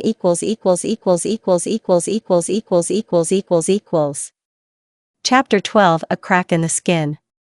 The night after the battle with the stone pillar was short. Muzan did not return to the main palace, he stayed in a small outbuilding on the southern slope.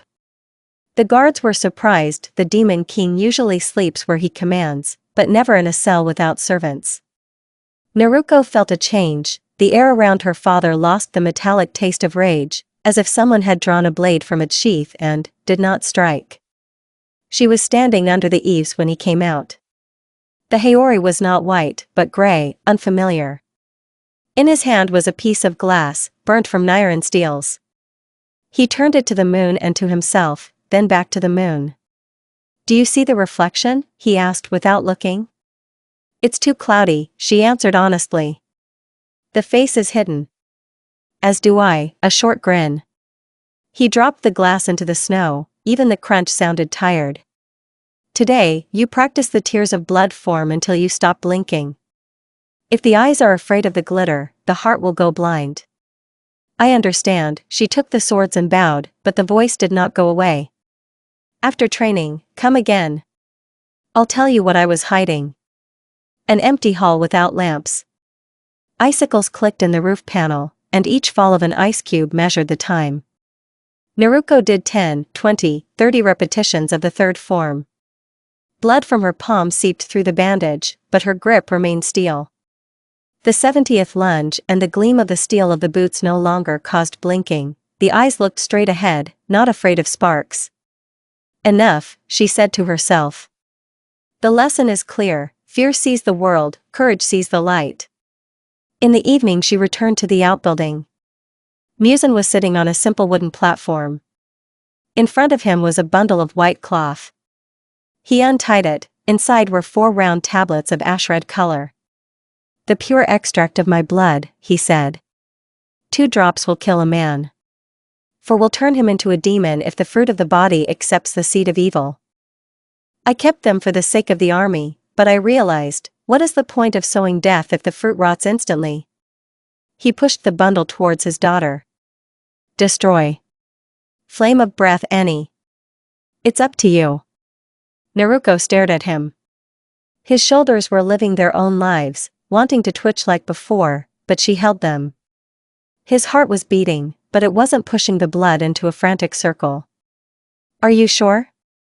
Quietly. "I'm not sure." He touched the table with his fingertips. "But I want to make sure the pain inside me is still alive. If you can burn it away today, I'll know I have more than just rage left. I have a choice." She squeezed the black ray with both palms and struck a small flash. The breath of the rift formed 5 ash flash. Dry fire slid along the bundle. The tablets barely squeaked and turned into brown steam. The smell reminded of moldy pomegranate, sweet and dead. The ashes settled like rice husks. Naruko said, "The heart lives as long as there is less pain than light. Do you feel how the light cuts?" "I feel it," he admitted, and for the first time his eyes sparkled with something fragile. "And that means I can go into the shadows without turning into a monster again. But you must be prepared, the hunters will not believe it. They will come for my head and they will find you." "I will answer for myself," he said evenly. Muzan stood up and walked around the table. A light touch on the top of his head, a gesture that had a strange warmth to it. "In a month, you will train not with me, but with Kokoshibo. In another season, with Akaza. Then you will decide where to go. I will stay where my gaze does not threaten, but does not cast a shadow on your sword." Her fingers tightened on gray stroke, the knife was warm, as if light had touched metal. "I will find you if I need to," she said. "You are part of my breath." He nodded. For a moment, it seemed as if his smile had wavered, not venomous, but almost tired. He disappeared through the doorway. The snow was falling again, and on the white canvas lay only a handful of brown ash, the last blood he had kept from becoming a curse. The spacious gallery was filled with red by morning. Doma sat down on the railing, looking at it. "Princess, is Daddy putting the crown aside?" The joke rang in her voice. He left a choice, she answered, and it is heavier than the crown. Akaza came out of the shadows and looked at him seriously. The choice has become your sword. Are you ready to hold it? Naruko held the edge of the black ray up to the rising sun. The blade absorbed the light without reflection, just like that first day. I've already got it, she said. All that's left is to cut through the path without losing the heart. The crescent sun was spreading wider over the mountains. Muzan was nowhere to be seen. Somewhere beyond the slope he was listening to the new breath of the world, quiet but real. And Naruko felt the imprint of his palm on her hair, not the seal of power, but a simple remember. Her fear did not disappear. It became even, like a friend walking beside her. Ahead was a month of hard training, a season of decisions, and then the first year without his shadow. Other people were waiting there, perhaps, a boy with the smell of coal, a lad with thunder in his heart, a warrior beast. She did not know them yet, but she was already preparing her heart to tremble less than a sword, and to love more than fear. Chapter 13 The Taste of Glass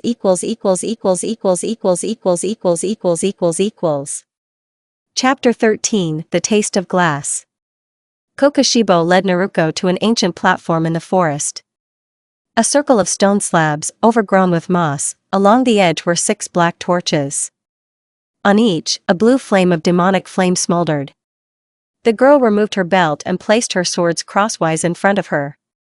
Kokoshibo's 6 eyes flickered with violet silence. There is no room for words in this training, he said. Only steel, breath, and what you hide. She nodded. Her chest pounded evenly, 1, 2. A light movement of her foot, and the breath of the rift flowed into her muscles. The first attack came in a whisper, the zigzag of his blade leaving a thin, shimmering arc. Naruko met it with her third form move, Tears of Blood. The blades clashed, but he didn't put his full force into it, he was just testing the reaction. The second wave was muffled, Naruko slipped under a hidden cut and used flash ash, a whirlwind of rubble obscured her vision, but it was already gone, leaving behind the smell of iron. You keep fear in a cage, his voice sounded behind him. But the cage has cracked. It won't crack as long as I can hear myself, she answered, catching her breath. Kokoshibo didn't notice her trembling, but he felt a barely perceptible shift in the air, his heart accelerated under his right rib. He lunged, 6 blades at once. Naruto switched to form 4, Smile Shards. She seemed to give in, lowered her shoulders, and when the enemy was half a step away, she turned the black beam from the bottom up and stopped the cutter a millimeter from his throat. One of his additional blades rested against her temple. Neither of them blinked. That's enough, he said. The torches went out. Naruko put her blade away and felt a smoking pain along her collarbone, a thin cut from Kokoshibo's upper left blade. There was almost no warmth, but her skin tingled like a stream of cold water. It's a reminder, he said. Even glass cuts if you look too closely at it. She thanked him and walked away towards the stream. The snow in the clearing glowed blue, the blood on the bandage froze into a thin crust. Her heart beat out a rhythm, 2 breaths per step. Not fast, but evenly. In the evening, Muzan sat in the empty library. A low firefly beetle was burning nearby. On the table lay a round plate of glass, the Nairanash alloy he had hidden from the hunters. Naruko entered, felt the heaviness of the air, he had been thinking for too long, and he was embarrassed by it. Kokoshibo? He asked. Deeper than pain, she replied. Last night he taught me to look when the light cuts. He turned the glass towards the lamp. Reflections rolled like dim tears. It's a mirror, but it doesn't reflect, he said. Perhaps that's how it should be, sometimes seeing yourself as a weakness. Or the path, she objected. If you see a crack, you know where to treat it. He shook his head and stood up. His hand touched her hair, the slightest gesture, as if he was afraid of scorching it. Tomorrow I'll go to the eastern swamps. There's no one there. I'll listen to the water and think. You'll stay here. She read the tension in his shoulders. Leaving was not an escape, but a departure to give her silence. "Will you come back?" she asked.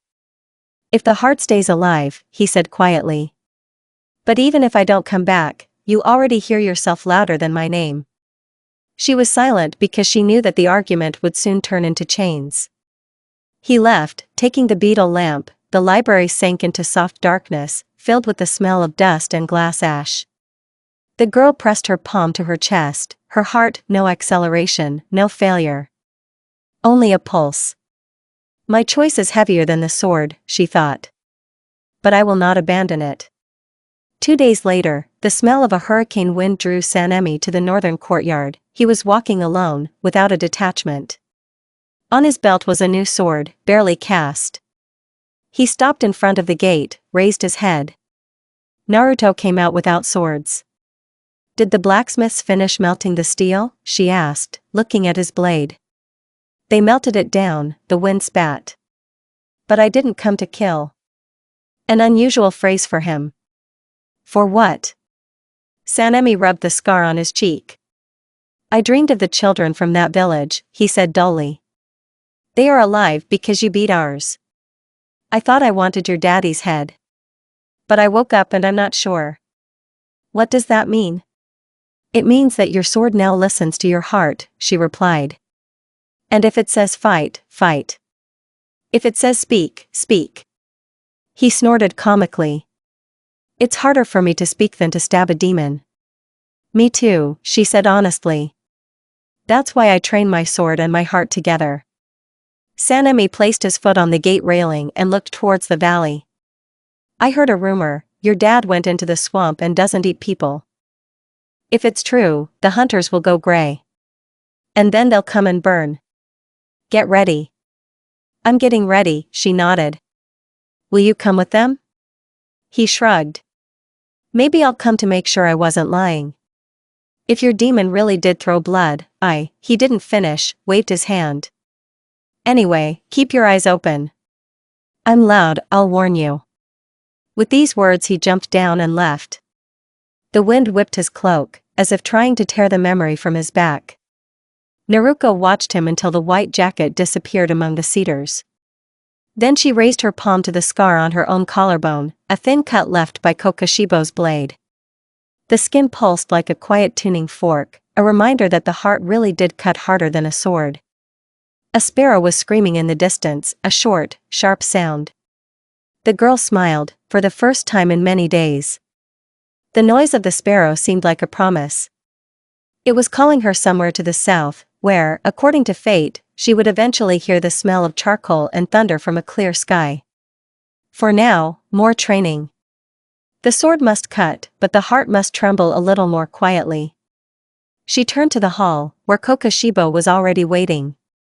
This time, 6 eyes were open and calm. In his palm lay a new mirror, a thin slice of that same glass. Its blades glittered like an echo of dawn. "Will you show the second form without fear?" "I'll show you," she answered. And for the first time she understood, fear listens, and she speaks. So glass turns into steel, and a crack into a drawing. Chapter 14, Where the Dawn Shines.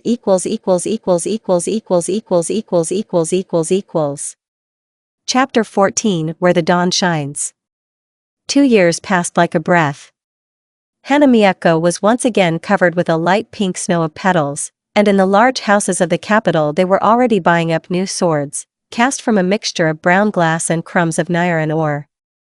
No one in the Guild of Blacksmiths said out loud that the recipe was suggested by some blind monk, but rumors were circulating. The steel came out lighter, more liquid in the light, and did not hold the demon's blood well. That spring Naruko turned 16. Her height had caught up with the long black ray a little, her hair had become darker, and a red thread had appeared in it, like a legacy from a strange, forgotten mother. She rarely changed the bandages on her palms. The calluses had long since become smooth, like the leather of an old sword. Her heart still beat evenly, but it breathed louder. Full concentration now required no effort, it went on its own, like a second pulse. A sparrow messenger appeared from the southern highway. It hopped on the railing of the training veranda while Naruko slowly played tears of blood in a circle. The bird clicked its beak, a short signal. The girl stopped the blade, caught her breath. "Ju is calling," she said. Kokashibo, who was standing in the doorway, nodded with 6 eyes at once. "There is less water where there should be a sea. The hunters are nervous." "Go and see." "Without a sword?" "With a sword, but without blood. Today your sword is your tongue." The village of Marizawa greeted us with the smell of rotten silk. A large silk factory nearby, with more people than rooms, was spreading its dark stench. Ju Tomioka was waiting by the well, a cloak the color of a river, eyes like the night before a storm. Next to him, Zenitsu Agatsuma stood with his arms crossed. The red strands of his hair were more memorable than his thunder sword. "I came," Ju said without greeting. "But not for battle." "Why?" Naruto kept her hand on her belt for balance, not as a threat. Zenitsu glanced nervously. "They say your daddy is in the swamps." "Where there are swamps, there are miasmas, there are demons. We urgently need to get people out, but," he cut off the sentence, who shrugged his shoulders. "But people run when they see a demon's sword," the girl guessed. "Do you want me to go first?" Ju raised his shoulder, that's how he nodded. "You speak without anger." "We say, they are afraid of us. We will save you, convince. It will take 3 days to get everyone out." "And what for?" There was no bargaining in the voice. "Just a point of agreement. For this, we will not touch the one who sits in the swamps until he raises his hand," Ju answered. Zenitsu snorted, "Yeah. The major of humanity. And what if he decides to have a snack?" Naruko gripped her scabbard. "Then I'll give him a choice right there on the spot." The Kaizen swamps ran between sharp rocky spurs, breathing sulfur and the bloom of yellow lilies. The human barracks sat on piles and shook with every step. Their inhabitants worked collecting poisonous herbs, drying leaves, hanging bags, all for the sake of medicine. But now the water has turned black, old alchemical solutions have been dumped there. The stench is like iron and honey. A girl with a face blacker than mud sat at one of the platforms. She held her crying younger brother, her cough tearing at her ribs. Naruko sat down across from them. "Let's get out of here," she said quietly. "The water is dead." "Nowhere," the girl croaked.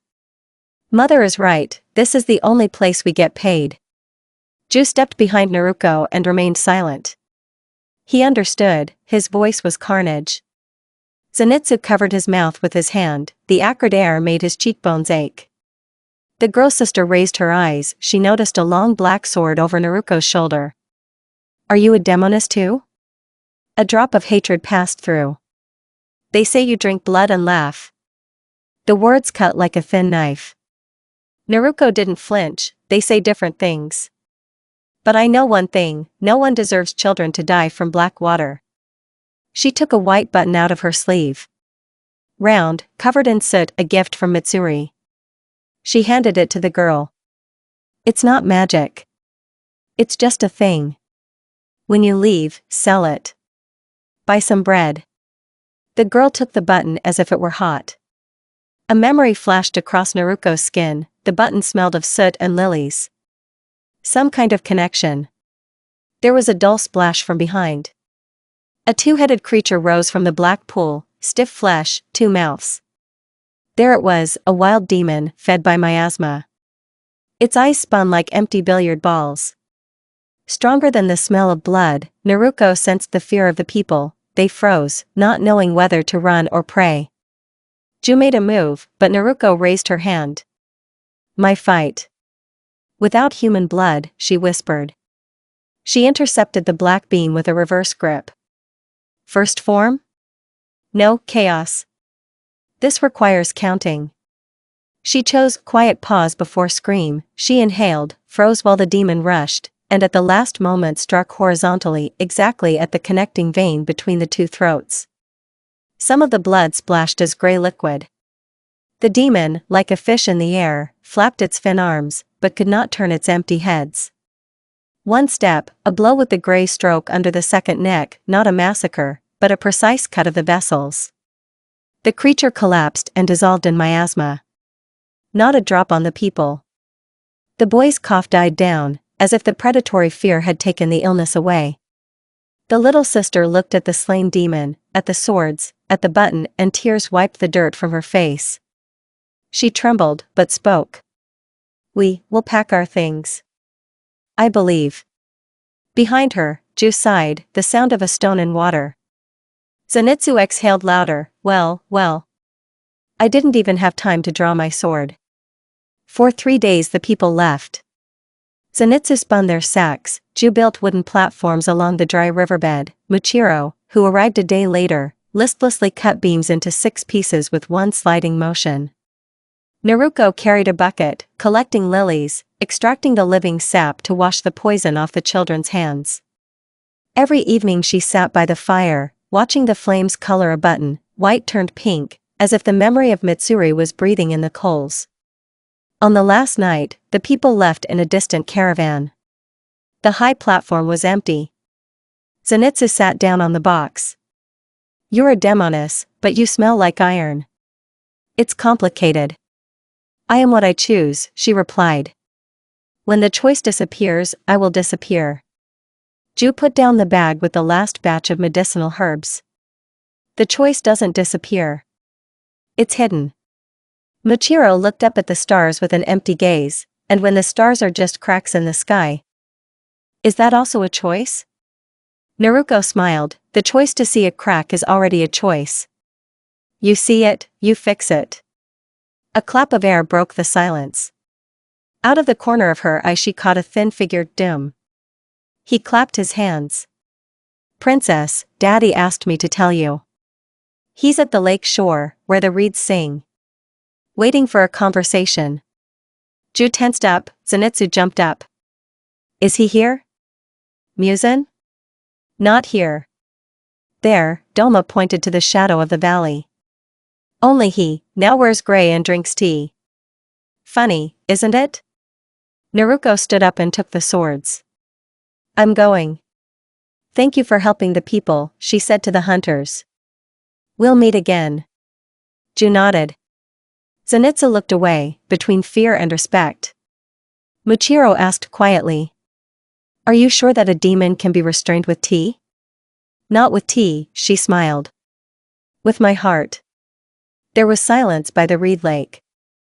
The water was smooth as ash, the moon was thin. Muzan sat on a snag, his head down. When she approached, he did not rise. "I heard how you saved those children," he said. "How does that feel?" "Like glass under the skin. It cuts, but you can see the light." He handed her a box. Inside was a small bracelet made of black pearls. "This is not a weapon. Just a memory. If one day you forget me completely, put it on. The pearl will break, and I will be gone forever." She took it. The pearl was warm. Her heart beat evenly.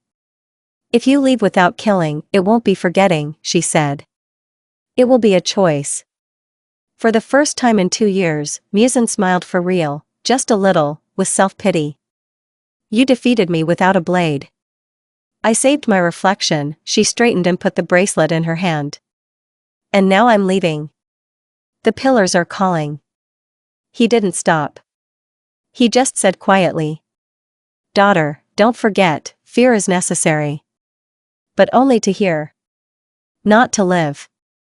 She nodded and walked away, across the crust that sang beneath her boots.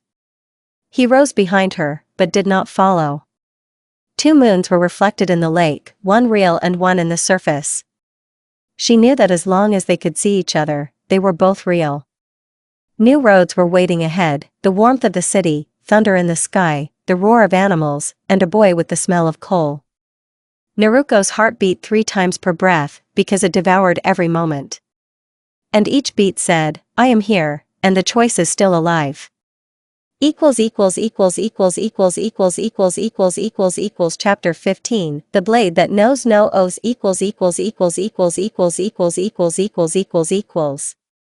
Chapter 15 The Blade That Knows No Oaths. The train disappeared around the bend, leaving a trail of steam.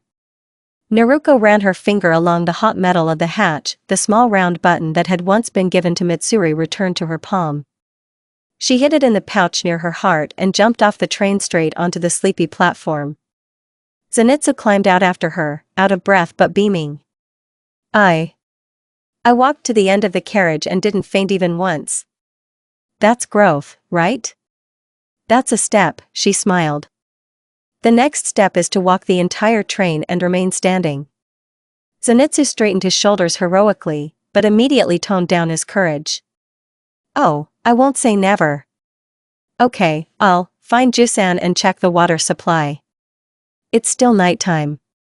He ran away, leaving her alone. The air smelled of rice vinegar and fresh wood chips. The station shops were just opening their shutters. Naruko stepped into the shadow of the warehouse, closed her eyes, her heart was beating steadily. But a question smoldered beneath her ribs, the one Rengoku had whispered before the carriage door closed. Are you really that one's daughter?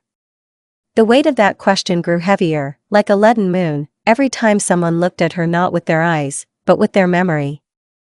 Don't bend your back, came a deep, crevice-like voice from behind the barrels. Kokoshibo emerged from the darkness, holding a narrow wooden box in his hand. Six eyes watched without malice, but without warmth. Stones in the chest will not straighten the sword, he continued. You protected the people. Good. But the fear in their eyes cuts harder than the blade of a demon. It will break if you do not pacify them. I will pacify you, she hugged the handles. That's why I hold the sword. The blade knows no oaths, he retorted dryly. You do. Then you'll decide when to break it. He held out the box. Inside was a short, almost toy-like knife with a black guard and a blade as transparent as ice. When you see that people's fear is stronger than their lives, break this knife. It will shatter, I will come. But remember, I will cut off heads, and you may not have time to talk. Naruko closed the lid and hid the box behind her belt. I hope the blade stays intact, she said. I need to learn words. Learn faster, he said in a half-whisper. The old king is beginning to hear himself too loudly. The silence may crack. Before the evening stop, she and Ju walked around the carriages. The silence of the water pillar was stronger than wood. She placed her palm on the handrail and felt how its breath dampened the pulse of the sleepers. You have become more agile, he said, watching the sunset compress the shadow. But around you, something is gathering that cannot be defeated with a sword. Mistrust? Naruto tilted her head. I'm not looking for trust. I'm looking for the right to protect. The right is not given. It is taken. Sometimes, the heart is put on the line, a quiet sigh. Are you ready? If the horse is life, she nodded. Yes. He nodded in response. No more words were needed. At night, the train stopped on a siding to check the boilers. Dark bamboo raged behind the embankment. In the sky, a new crescent moon, as if left over from an old sword. Naruko sat on the roof of the baggage car, rolled out the bandages, washed off the tar and blood.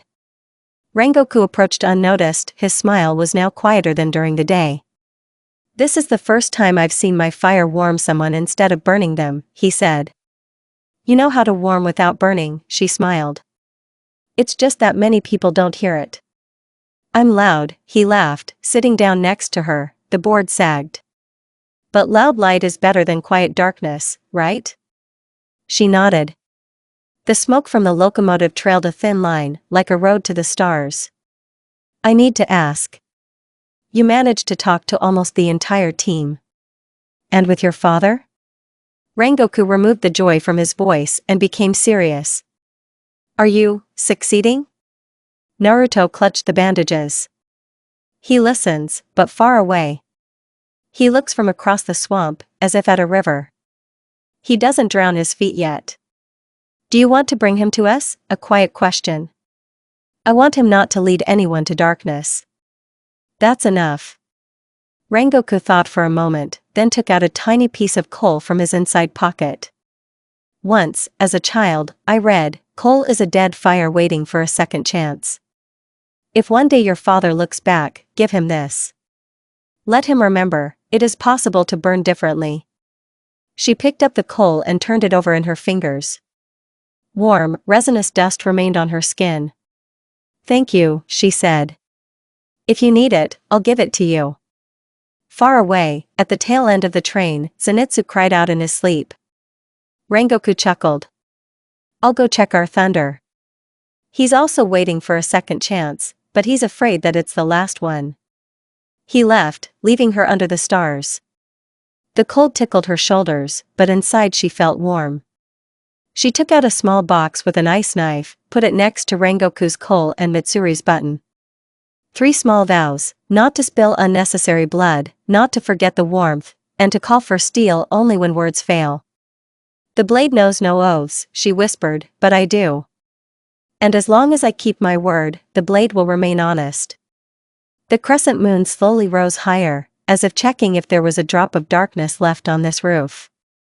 There was none, only a trembling fear, tamed like a bird, and 3 small objects shining in his hands with another chance. Chapter 16 The Smile He Shouldn't Have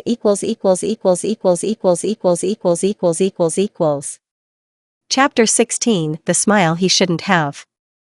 The twilight smelled of wet reeds and blackened lilies as Naruko crossed the steamy pond. The wind rustled the water where the marshes had hidden the former demon king. The old pavilion loomed white in the darkness, its roof collapsed, its railings charred. Inside, a single bone-glass lantern and Muzan, seated on a low stool. He held a cup of tea in his palms, tapping the rim as if testing the sound. Did you come with fire in your hands? His voice was quiet, but did not hiss like before. With coal, Naruko clarified, taking off her cloak. The difference is that you have to light it before it warms up. She placed a tiny piece of charcoal on the table. Muzan stuck his fingers into the ashen crumbs, the warm soot lubricating his joints. His eyes, once scarlet, were now gray as morning mist. A gift from Kaijuro Rengoku? He guessed. Yes. A dead fire waiting for a second chance, she quoted. Consider it for you too. A second chance, he grinned, but it was weaker than a sneer. I've lived 1,000 of those. None of them were honest, she answered calmly. This one can. He thought, turning the coal. A slight vibration in the air, Muzan, even without demonic power, could still listen to the blood of the world. But next to Naruko, the vibration became quieter, almost human. You're all cracked, he said suddenly. But you haven't fallen apart. How? Because I'm not afraid to shine from within. Cracks help. Muzan slowly looked up. On his face, where for centuries only predatory indifference had lived, a new expression appeared, a confused warmth. Similar to pain, but warm.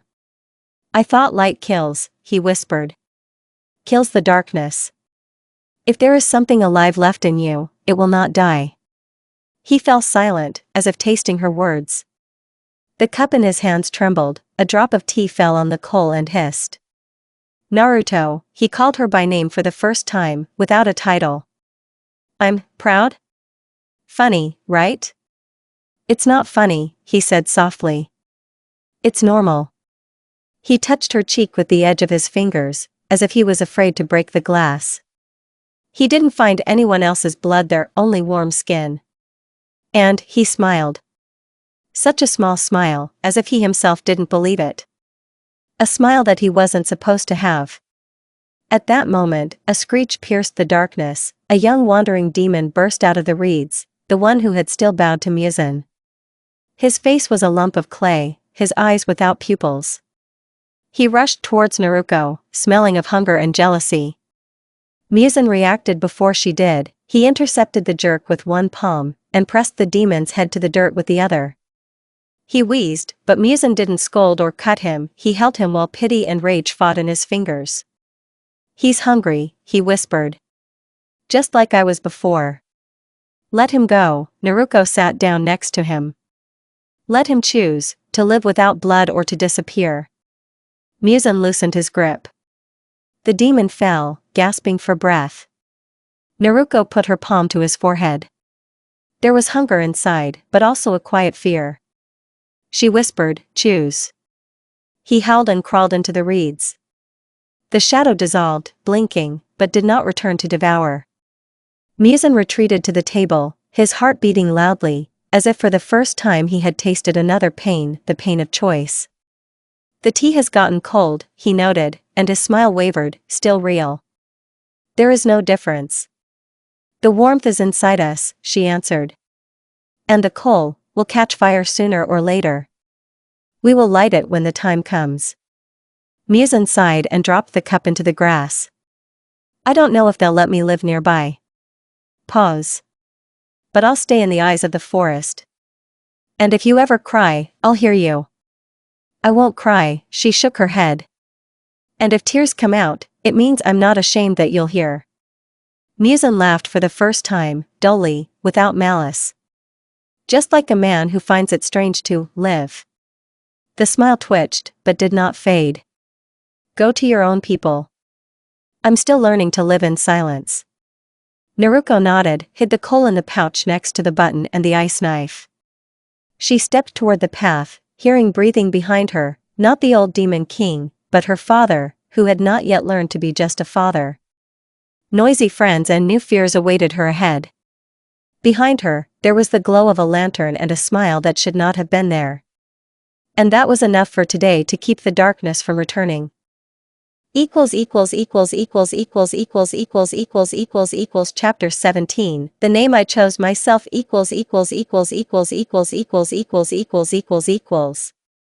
Chapter 17 The name I chose myself. Naruko walked up the snowy path to the hunter's house, quietly saying, "-1-2, inhale, 1-2, exhale." It made it easier for her heart to keep a steady pace. Tanjiro was already waiting on the porch, warm steam coming from his mouth. "You're back." He raised his hand as if he wanted to hug her, but remembered, she doesn't like abrupt gestures. "Is everything really okay?" "I brought the darkness under control," she replied. "Not completely, but firmly." Zenitsu leaned out of the doorway, the cup of tea trembling in his fingers. "Not completely? You were like a switched-off light for 2 days. I thought you were eaten, digested, and eaten again." "It's hard to eat me," Naruko chuckled. "Too many stubborn bones." Muchiro, sitting on the bottom step, looked at the lace of frost. "If your father is now on the sidelines," he said thoughtfully, "the world has become more honest, but the vessel has become thinner. The slightest blow and a crack." Naruko sat down next to her and cleared away the snow with her palm. The cracks let the light in. She looked up at the three of them. "We'll fix it if it breaks." Tanjiro nodded quietly. At that moment they felt, there were 4 of them and this was a new wall against any darkness. During the day, Naruko stood before Abuyashiki-sama. The head of the family, pale face, weak voice, but eyes as clear as moon ice. "Yesterday you were the daughter of the Demon King," he began slowly. "What do you call yourself now?" "Naruko." "Just Naruko," she replied. "And?" "Naruko Uzumaki. It's a memory of another land, where I was born a human." "The name is the first sword," he said softly. "People believe not words, but wounds. Are you ready to prove your heart?" "Yes." The Hatsum forest shelter was attacked by demons at night. "You and Tanjiro are the main wing of the group. Don't lose anyone. We'll bring everyone back alive," she promised. He closed his eyes as if he were praying.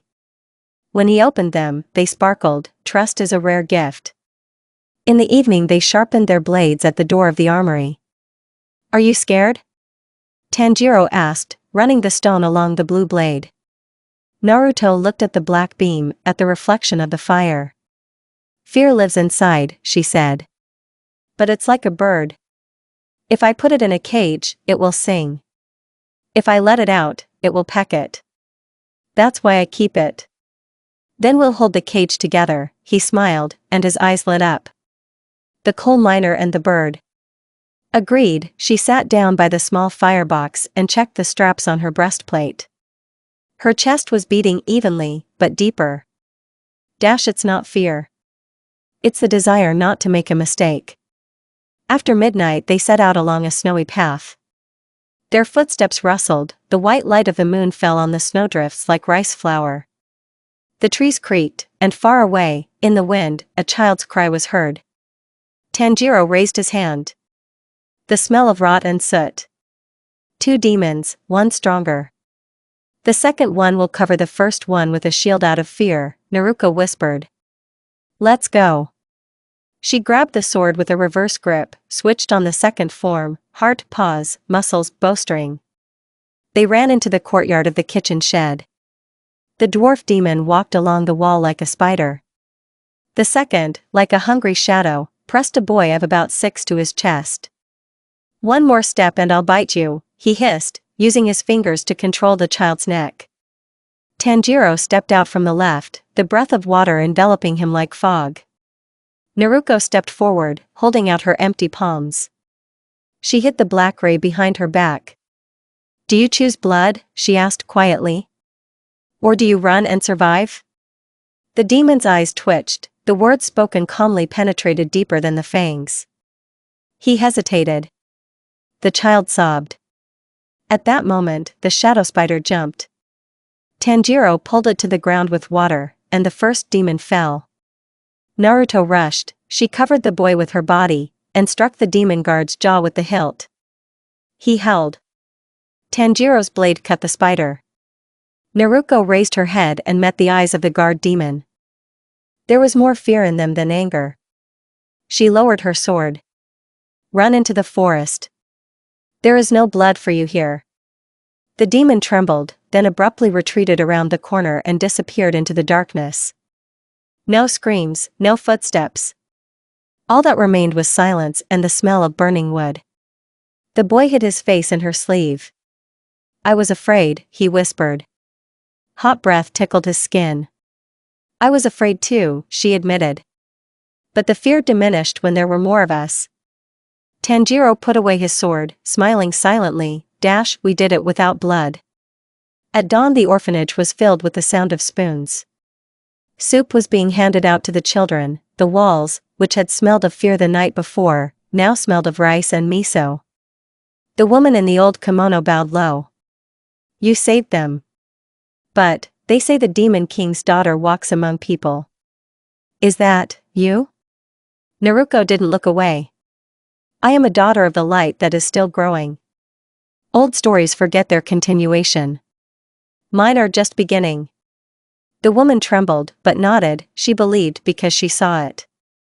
On the boy's face, now with the hot soup, was that same faith, strong as fresh snow. Tanjiro was buttoning his coat near the gates of the orphanage. The pink light of dawn was filtering through the pine trees. You chose a name, and it already lives in human words, he said. Naruko. An excellent name. I forged it like a blade. I hold it by the handle. Let it cut the darkness, but not the heart, she smiled with the corner of her lips. And your coal burns evenly, without soot. He laughed and clapped his fist into his palm like a child. Since you like the joke about coal, let's joke like that more often. I'm coal, you're a bird. Shall we fly? We're flying, she answered. And she thought that in the forest shadows, perhaps, there was a figure in a gray cloak, listening and smiling, albeit a little, albeit awkwardly. But now there was no need to hide that smile. The name of light sounded loud, like a clear yes to a world without darkness. Her heart beat a firm rhythm. I'm here. I live. Chapter 18 A flower blooming in blood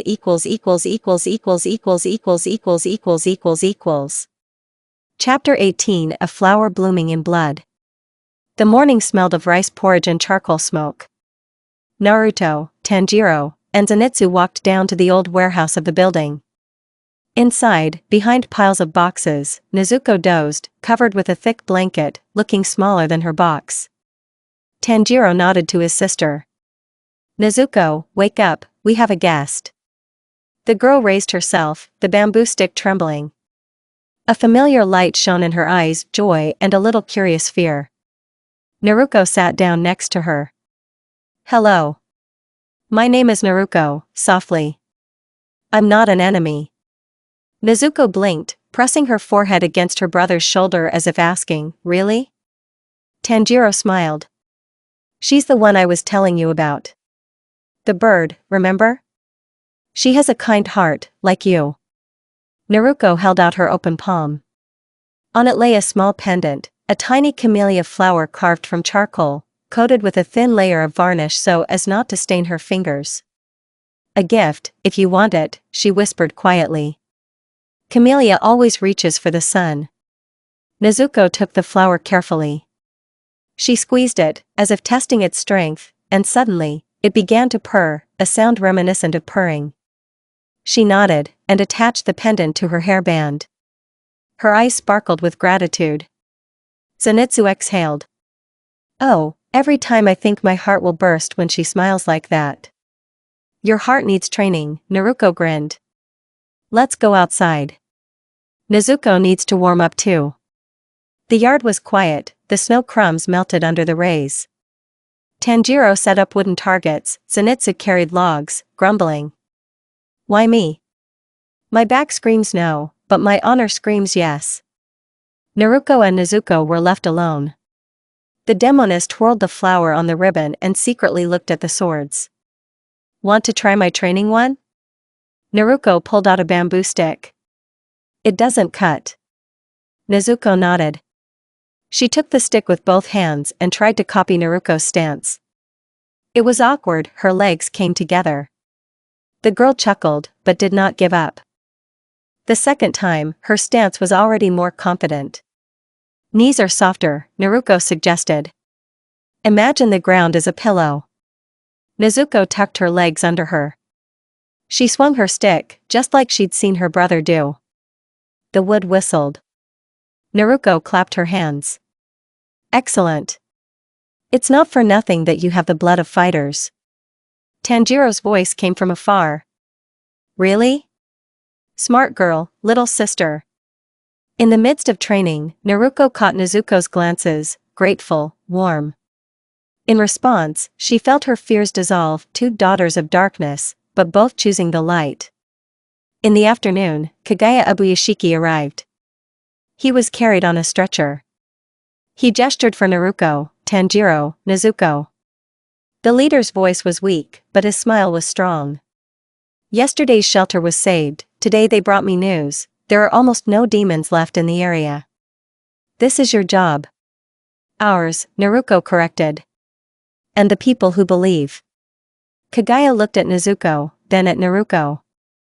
Two girls the world called monsters, two sparks. I see a flower blooming in blood, and a second flower reaching out to it.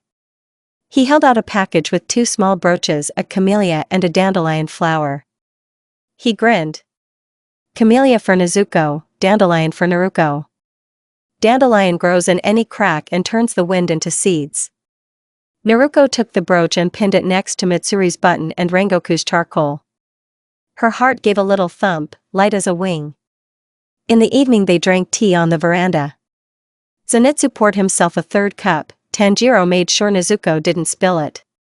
Muchiro wove a chain from dry grass and seemed sleepy.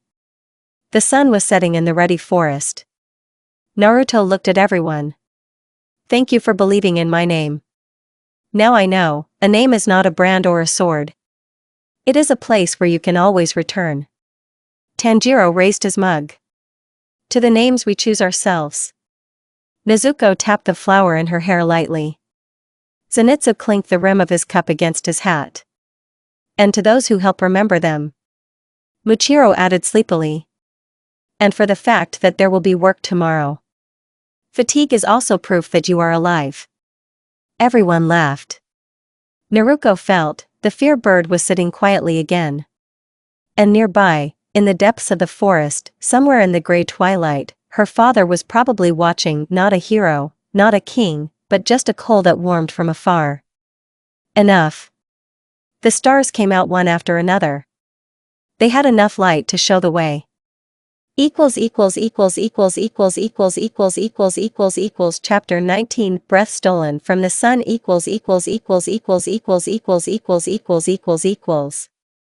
Chapter 19 Breath stolen from the sun. The wild tropical forest roared like the sea.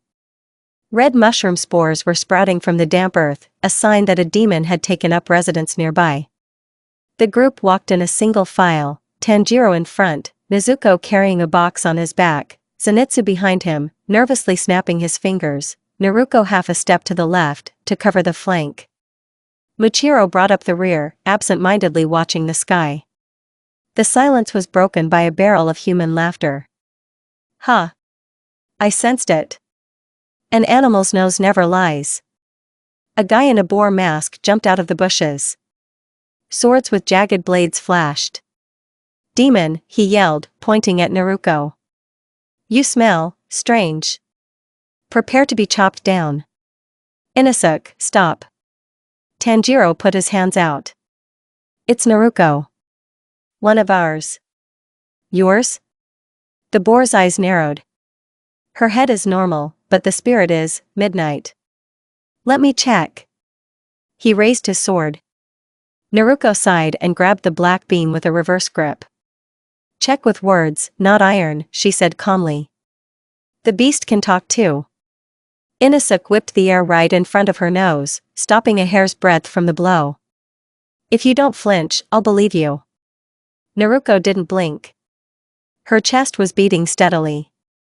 Inosuke, glaring gutturally, put away his swords. Okay. You're as brave as a boar hero. That means you're one of us. Zenitsu exhaled. God, my heart. Muchiro lazily remarked. If she had trembled, our hearts would no longer exist. Calm down. By midday, the group had reached the broken temple. Thin rays of sunlight dappled the floor. A dusty chest lay in the corner. Tanjiro touched it and inhaled, the smell of old scrolls. Smoke, and something ancient. What we're looking for is here, he whispered. Removing the lid, they found a narrow case. Naruko opened it, a scroll sealed with wax with a sun and the kanji for clarity. On the back was a tiny drawing, a man in a hayari with a pattern of red fire rings. Yorichi, Tanjiro breathed out. The first swordsman.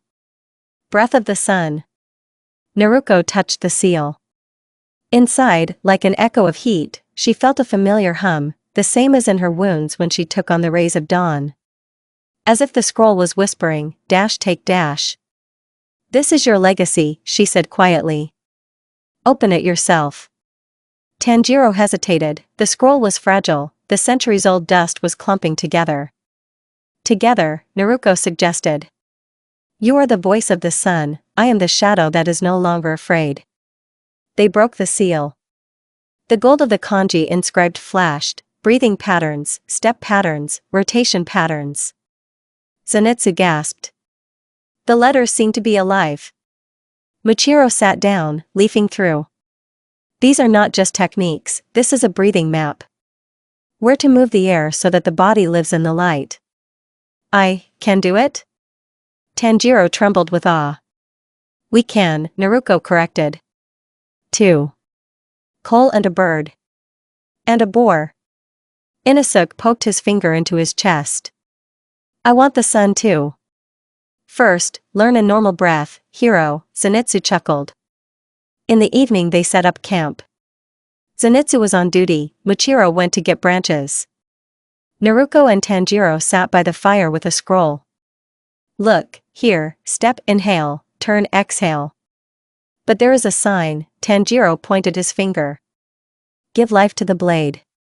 I didn't understand before. Let me try, Naruko stood up, closed her eyes, felt the lines, inhale from the hip to the diaphragm, exhale over the shoulder, the blade in her hand warmed up, as if a coal had moved in it. She took a half step, parried the invisible blow. Tanjiro lit up. It's similar to my dance of the fire god, but softer. Take my movement, she suggested. Let's merge. He stood up, repeated the sequence, adding his own thrust into the heel. The swing of their swords met. A spark passed, and the wind in the treetops sang thinner. This is just the beginning, Naruko smiled. But I can already feel it, it's become easier to breathe. Yorichi believed that breath was the voice of the spirit, Tanjiro said. So we found it. Our voice. Inosuke, who was watching from the side, jumped. And me? I have 2 swords. Teach me. We'll teach you if you can handle 10 rounds of gourd, Tanjiro winked. 10? I'll blow 100. The boar squealed. Late that night, Naruko stayed by the fire. Nezuko was asleep in the box, a soft purring coming from the crack. The girl took out coal, a button, a dandelion, and a nice knife from the bag. She added a tiny piece of scroll to them, give life to the blade. Small gifts of peace lay in a row, like stones on a road. The name is Naruko Uzumaki, bird, light. She placed her palm on the sword. Her heart beat evenly, but deeper, and the fear sat, as always, not stopping, but obeying. In the northern darkness, her father could be standing in a gray cloak. Naruko raised her head, as if she heard footsteps. The only answer was a calm, distant shhh of the reeds. Watch me, she whispered into the darkness. I carry the sun. If I stumble, shout. But not before. The wind swayed the flames, and the shadow at the edge of the forest nodded slightly. Naruko hid the gifts again, closed her eyes. Tomorrow, training would begin under the morning light. The breath of the sun and the rift would merge like 2 wings. And there would be a charcoal burner, thunder, a boar, and a demon girl with a flower in her hair. That would be enough to make the night retreat, even if it fought to the last star. Chapter 20 The Missing Fist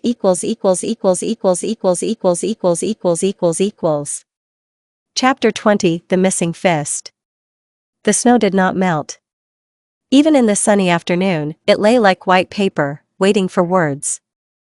Naruko walked next to Tanjiro, their shadows sliding down the slope. Zenitsu and Inosuke followed behind, arguing in whispers over whose sword was stronger. This time, Nezuko walked separately. As if lost in thought. There have been reports of strange murders, Tanjiro said. But the smell is not strong. More like regret? Maybe the demon doesn't want to kill, but he can't help it, Naruko noted.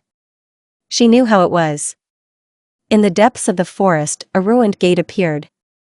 Traces of claws, blood. And a single figure kneeling by a bench, a man in a dark red haori, with clenched fists. Is this Akaza?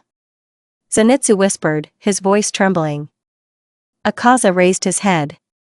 His gaze fell on Naruko. No anger. No thirst. Only silence and either a question or a request. You came. I'm not doing this for you, she said firmly. We're protecting those you nearly destroyed.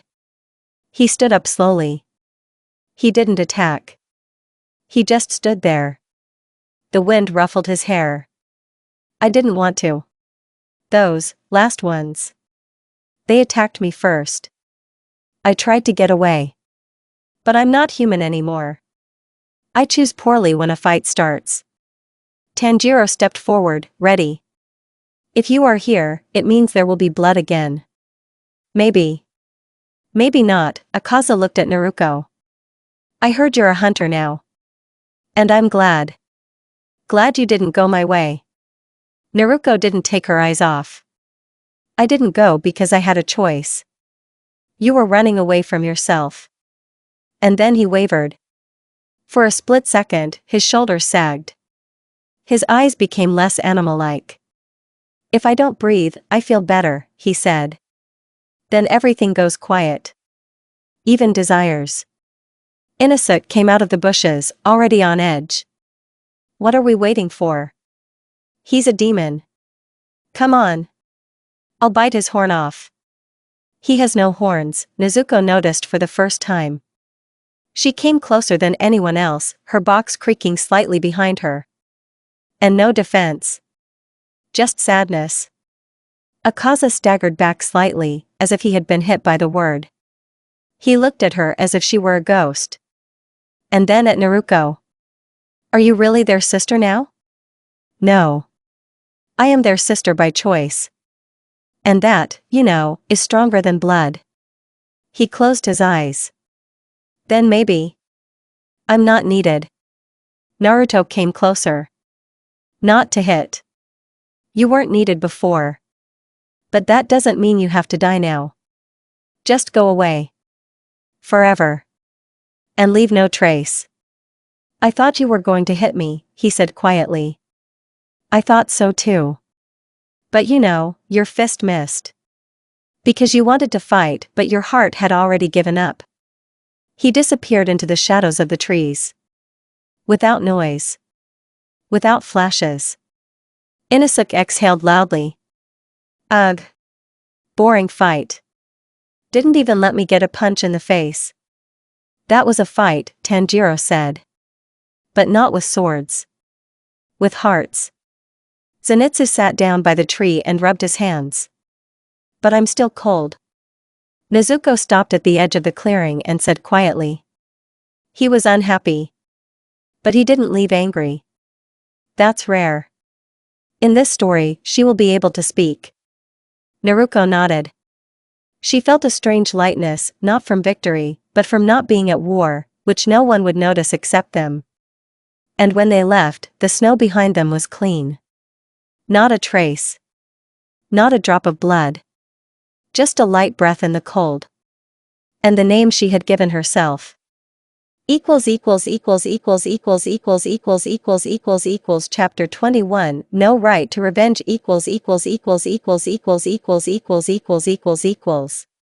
Chapter 21 No Right to Revenge. The evening meeting was held in the courtyard under the open sky. Abuyashiki-sama wanted the smell of pine trees to quell anger. Around the fire stood the pillars Sanemi, Rengoku, Ju, Kanroji, Tengen and the three new ones, Naruko, Tanjiro, Inosuke. Iguro sat on a stool, his shoulder bandaged from his encounter with Akaza, but his gaze clear. Sanemi slapped his palm on the deck. This demon came, stuck his face in, and left alive and well. And we remain silent? Where is the honor of the Corps? Rengoku raised his hand. Akaza left without killing anyone. That's already a change. Change? Sanemi snorted. He'll come back and rip the baby's heart out. Naruko took a step forward. I spoke to him. He was not looking for blood, but for an answer. We showed that the light is stronger. Light? Sanemi stared at it as if it were a spark. Darkness understands only the sword. The silence was cut by Iguro's voice, unexpectedly soft. At that moment his fist trembled. I saw it. As long as the demon has doubts, the blade can wait. Sanemi wanted to object, but Abuyashiki weakly raised his palm. Today there is no decision to kill. We choose save. Beyond the surrounding villages, there is a new wave of wandering demons. 2 squads are moving out in an hour. I'll lead the way, Rengoku slapped his hand on the handle. The second one is mine, Sanemi still did not give in. And I'll take her, a nod at Naruko. Let her show that she shines in blood. Naruto met the gaze without fear. Let's go. Night. The village of Nawara was lit by a single lamp by the well. 2 wandering demons, their mouths all fangs, wandered the streets. Sanemi raised his sword. The plan is simple, I'll take the left one, you take the right one. No preaching. If it can be saved, I'll try, Naruko answered quietly. If you take a step in the wrong direction, you'll get hit in the back, he warned and rushed forward. Sanemi was the wind, the first demon didn't have time to open his mouth before his head flew off. Blood caked on the snow. The second saw Naruko, and froze, her stance was reflected in his black eyes. She didn't raise her sword high, she only said. 1 step back, you live. The demon trembled, but made a fist back. Sanemi already carried the blade. Put away the sword, she asked. It's too late, he snapped. The black beam flashed, not at the demon, but at Sanemi's sword, knocking the blade aside. At the same moment, she struck the demon in the temple with the hilt, and he collapsed, losing consciousness. Crazy! Sanemi is furious. Why? He'll kill again. No, Naruko knelt down next to him, checking his pulse. If he wants, he'll find me. A hissing sound echoed in his head, as if the wind had warmed him. Sanemi lowered his sword. If that creature comes back, I'll take both of your heads off, he warned. I will accept, she answered evenly. They returned towards morning. Sanemi walked ahead, silently. Suddenly he stopped. You're like Tanjiro. You cut with words. Words cut deeper when they are honest, she responded. He threw up his cloak. I don't have enough honest words. Only harsh ones. Then the sword is your truth for now, she said. But even a sword can become a bridge. Sanemi smiled crookedly, but a little softer. We'll see. It's a long way to the bridge. Rengoku and Nezuko met them at the gate. Rengoku raised his thumb. We haven't had a single loss. True, Inosuke knocked over 5 roofs, but the residents are happy. We have no losses either, Sanemi said. One demon is alive. Thanks to her. Rengoku looked at Naruko with approval. Nezuko came over and placed her hand on hers, a silent sign of support. Tanjiro went out to find out the news. Seeing Sanemi's calm face, he was surprised. Everything went peacefully? Bye, Sanemi muttered, but his eyes did not sparkle with malice. The world is not eternal. But a chance. He looked at Naruko. Sometimes it's worth trying. Naruko nodded, and the fear bird inside her froze. Another blade had not sworn blood. She looked up at the sky. Somewhere beyond the forest, her father could be watching, his gray cloak, his quiet smile. But here, in the courtyard, there was the light of dawn and people who no longer called her the Demon King's daughter, but Naruko. That was enough to move on, without the right to revenge, but with the right to choose. Chapter 22 The Heart That the Darkness Didn't Enter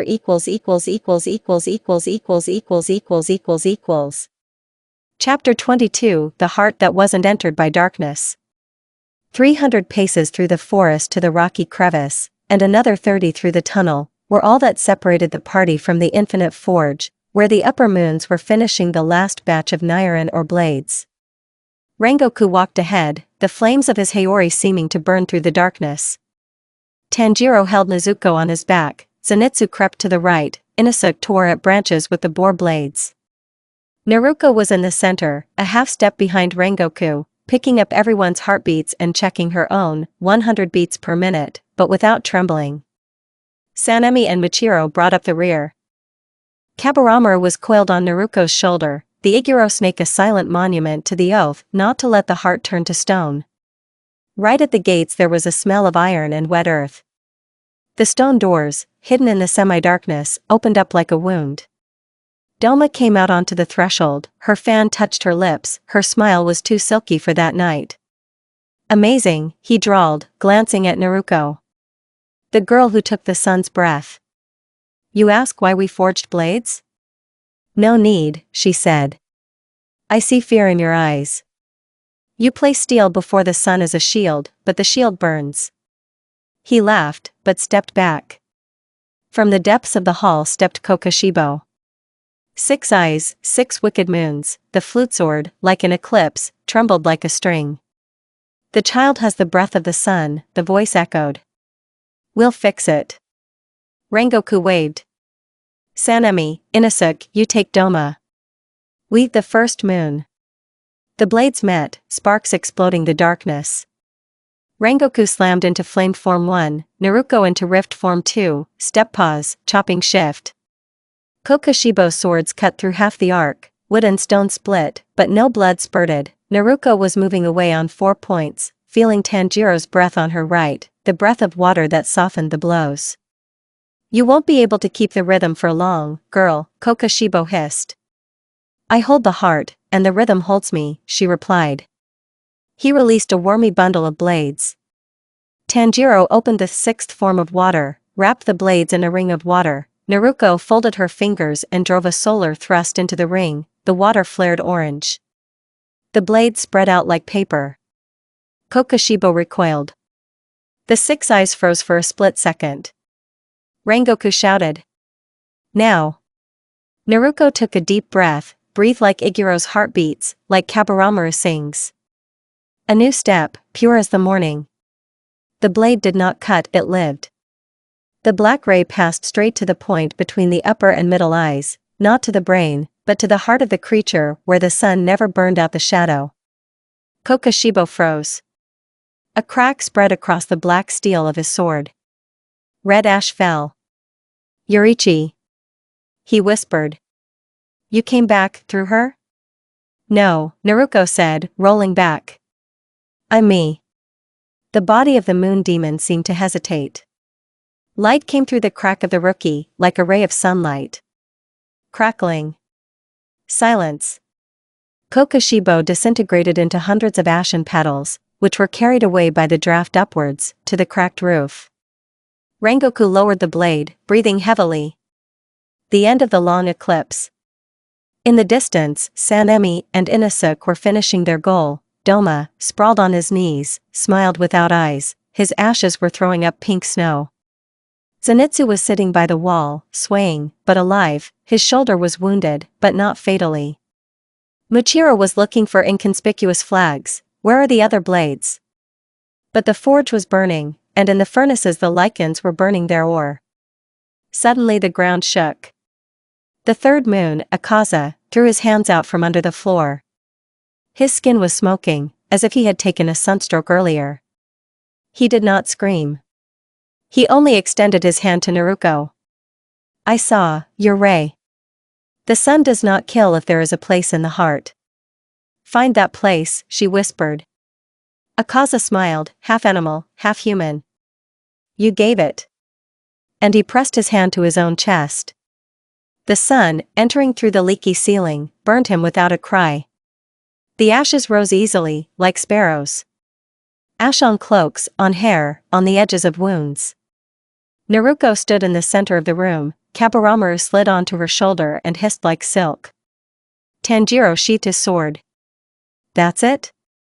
Almost, she said. One more. Behind the fireplaces, where red-hot or swirled in smelting pots, stood a thin silhouette in a gray cloak. Muzan. Not blood-white, not royal, just a gray cloak, the kind thieves wear against the rain. You've come further than I thought, he said. You've stayed further than I feared, she replied. The cloak moved. He showed his empty palms. I am not a king. No army. Only a shadow. A shadow remains until the light blinds you, Naruko said. But the light has no revenge. You have the right. Strike, quietly. No right, firmly. Too much blood. Too much ash. I will be a memory, he closed his eyes. A memory that light can grow from my blood. She took a step. Not to strike. She put the black ray on the floor. She gave her father her empty hands, as he showed her. Light beyond the edge of the world, she said. Look, but don't come back.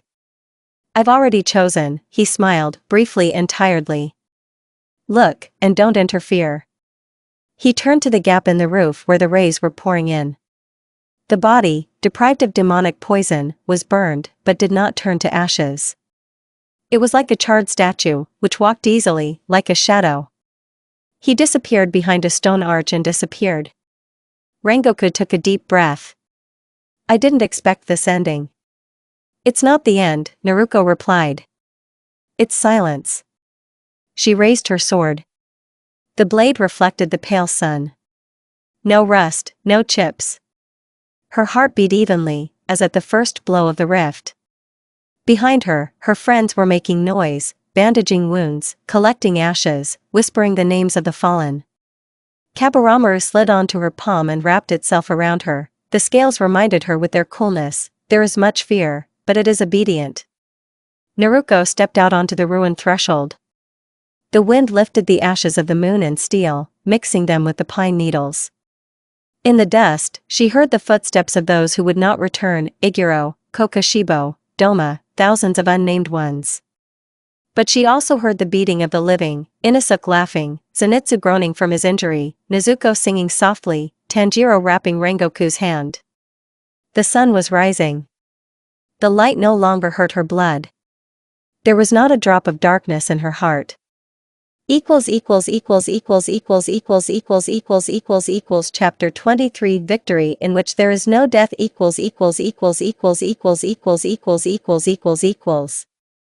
Chapter 23 Victory in which there is no death. A warm morning wind blew away the ashes raised by the fires at the Ubuyashiki estate. On a flat cedar platform lay a closed coffin. A snake-like scar on the lid indicated whose path had ended. To the right, by a vase of azaleas, stood Mitsuri Kanroji. Her hands were shaking, silicone tape held the cuts together, but the wounds were not on the skin. He loved to remain silent, she exhaled. And he even left, in a whisper. Naruko knelt down next to him, setting down a tiny bowl of rice and green salt.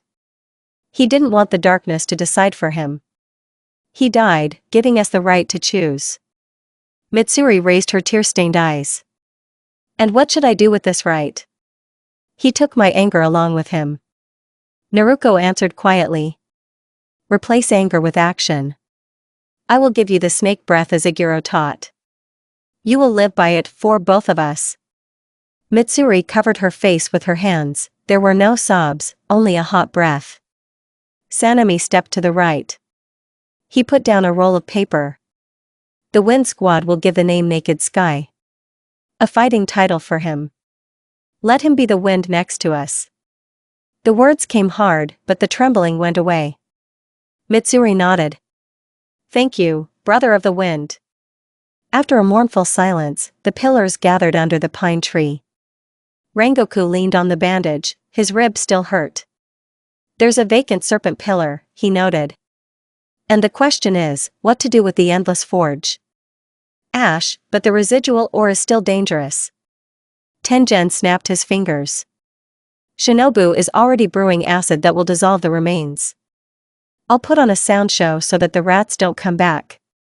The second question, Sanemi said harshly, looking at Naruko. You carry the breath of the sun. You are not an official pillar, but you are stronger than many. Are you ready to take Iguro's place? Tanjiro wanted to interject, but Naruko raised her palm. The pillar is not a title, but a duty. If the core accepts me, I will not refuse. But my snake is the memory of Iguro. Let it give a new name. Kaburamaru hissed faintly, as if deciding. Rengoku smiled at the corners of his mouth. The Pillar of Dawn. The snake has green eyes, but it carries light. Is that right?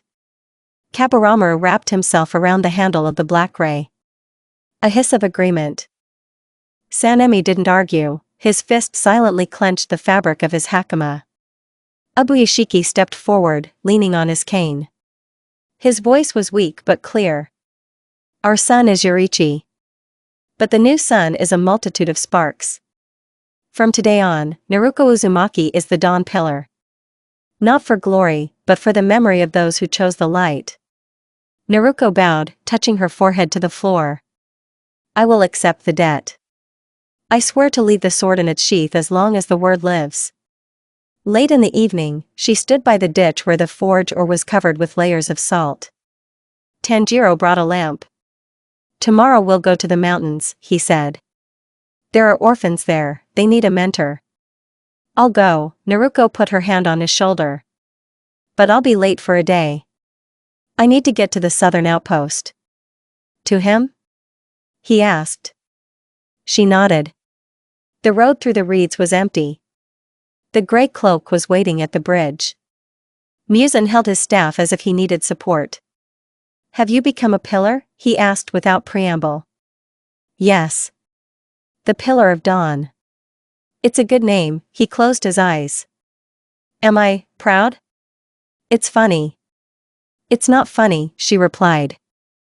But it's not a reason to go back either.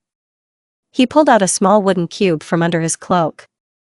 Ashes of the higher moons. Take. Scatter in the Iguro temple. Let the shadow be fertilizer for the new light. Naruko took the cube. It was heavy, but it warmed her palm. I'll ask you again, he said. Does the world need me? No to the world, she answered. But maybe you need yourself. Learn to be your own ray. Even if no one sees. He tapped his staff on the stone, like a seal on a contract. Then I will go further south. I will not be seen for 10 years. But in the heart I will be. She sighed. If you ever want to come back, go as a human. Without shadows. He nodded.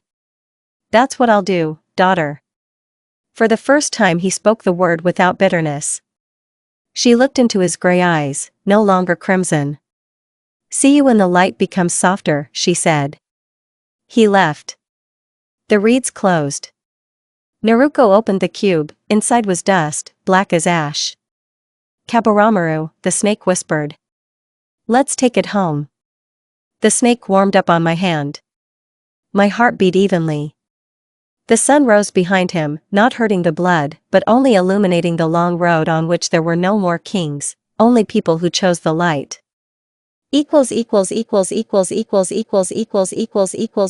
Chapter 24 8,000 Steps to Sunrise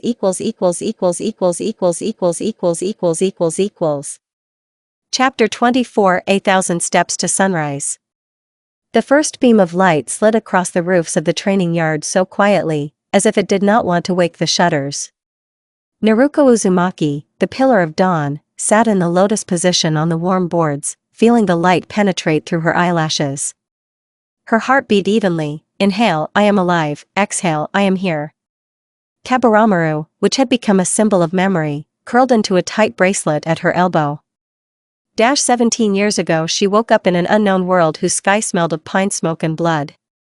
Today the world smelled of herbal tea, rice, and children's laughter. 2 little children were swinging bamboo swords against the far wall under Mitsuri's watchful eye. Laughter could be heard from behind the cherry tree. Zenitsu was doing his best to impersonate frightening thunder, and Nezuko was clapping her hands, trying not to lose her bamboo laugh mask.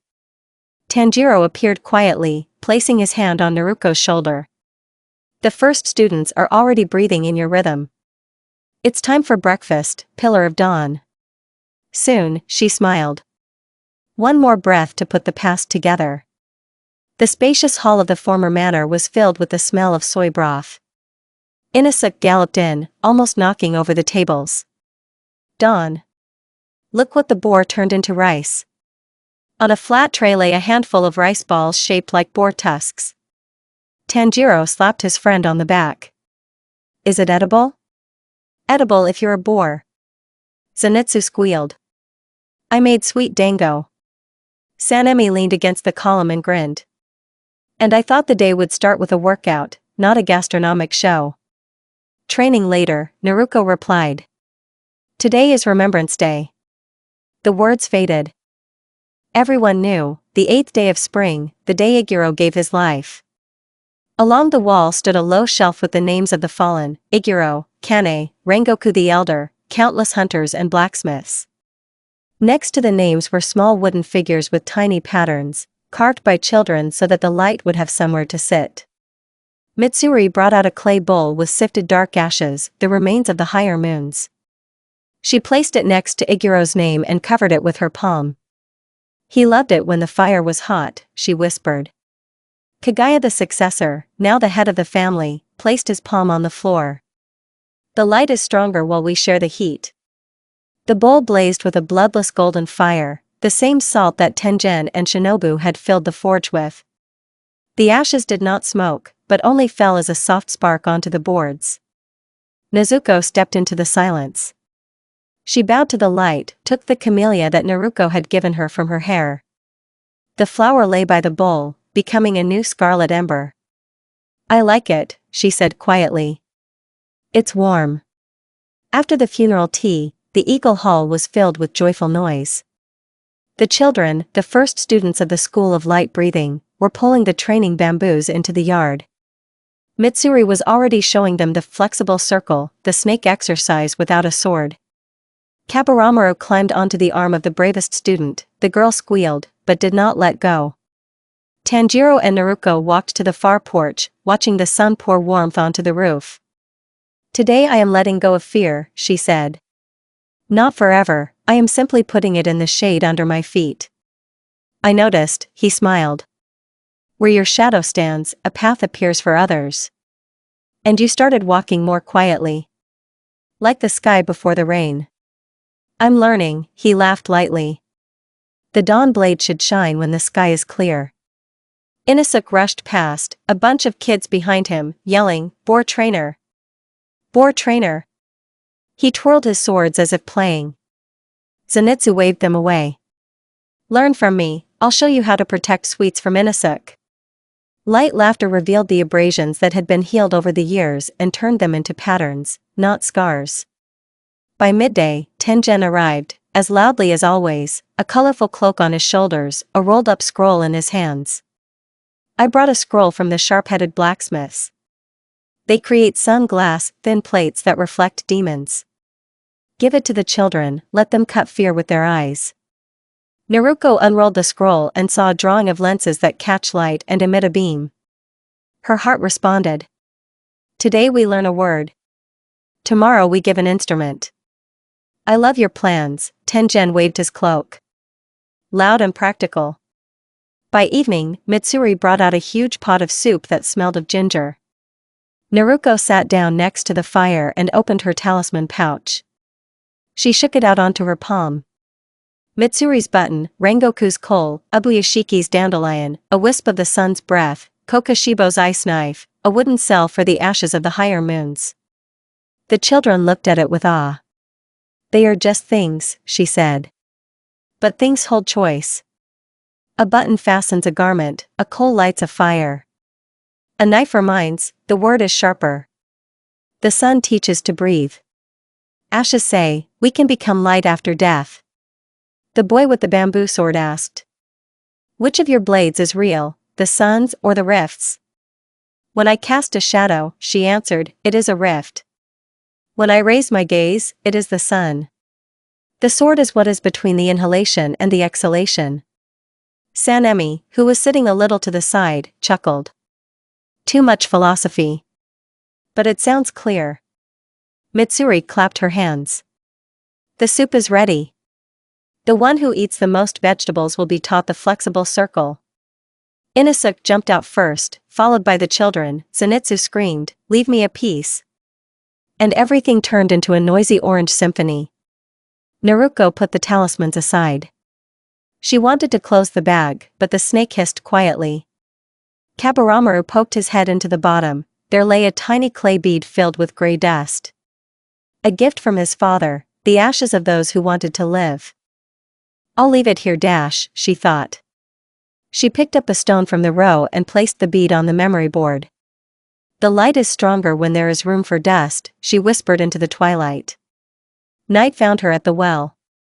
The silver mirror of the water reflected the stars as if the sky were underground. "Pillar of dawn," Tanjiro's voice was quiet. He stopped next to her. "Aren't you sleeping again?" I listened to the day beat after loud laughter. Noise also has an echo. "Do you hear?" She closed her eyes. The wind whispered, "SHSHSH-."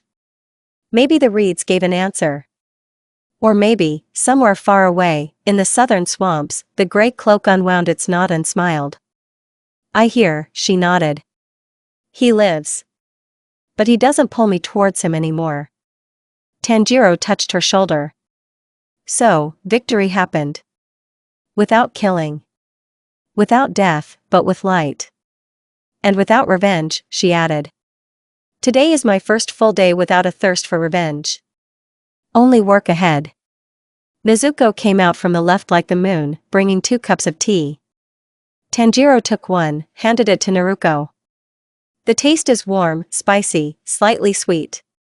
There are still demons in the world," Nezuko said quietly, "but we have a notebook full of names for new children.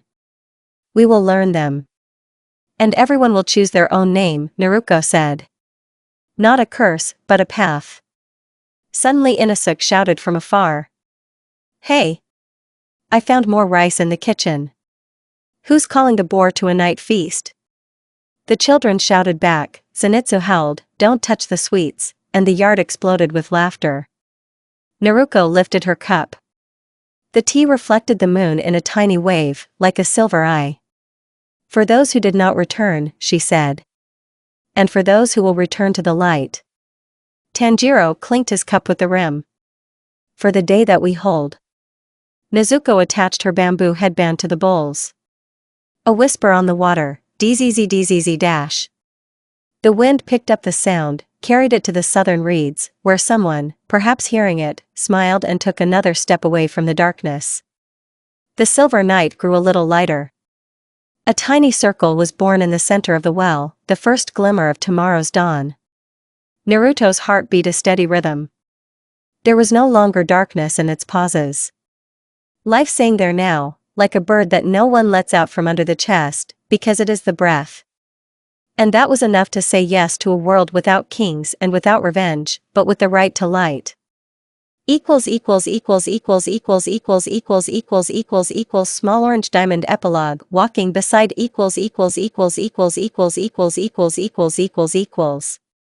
Small orange diamond epilogue walking beside. The sun was setting. The field, strewn with blue flowers, swayed in the wind. Warm light fell on shoulders, hair, breath, and the whole world seemed quieter. Naruko stood at the edge of the field, looking into the distance. Behind her was a house. Not a fortress, not a shelter, not a headquarters. The house where she had once lived among hunters, and now she was returning herself. She felt someone approaching. Not a smell, not a sound, but a sensation, like a thin thread on her wrist. You're not hiding, she said. That's weird. I am no longer a shadow, the voice answered. From behind the pine tree he came out. In a gray kimono, without signs of power. Muzan Kabutsuji. Without a crown of terror. Without an army. Just a man with centuries gone by in his eyes. Aren't you tired of coming here at sunset? She asked with a slight smile. You live here, he replied. And it's important for me to see how you live. That's all that's left for me. Naruko looked down and sighed. You still don't know how to be a father. He didn't argue. I'm learning, he said after a pause. It's late. But I still want to know. She looked at him silently. The wind swayed the flowers between them as if time had been lost. I don't need someone to lead me by the hand anymore, she said finally. But I don't mind someone who walks next to me. He looked down. A smile, real, almost human, flashed across his face. Then I'll go next to you. Not closer. Not further. If you allow me. I allow it. They stood next to each other. The silence did not cut the air, on the contrary, it healed it. Everything that was not said in this life was no longer important. The main thing was that they reached the end. And survived. Together. Naruko stepped onto the path home. A moment later, he followed. Not like a demon. Not like a king. Simply like a father.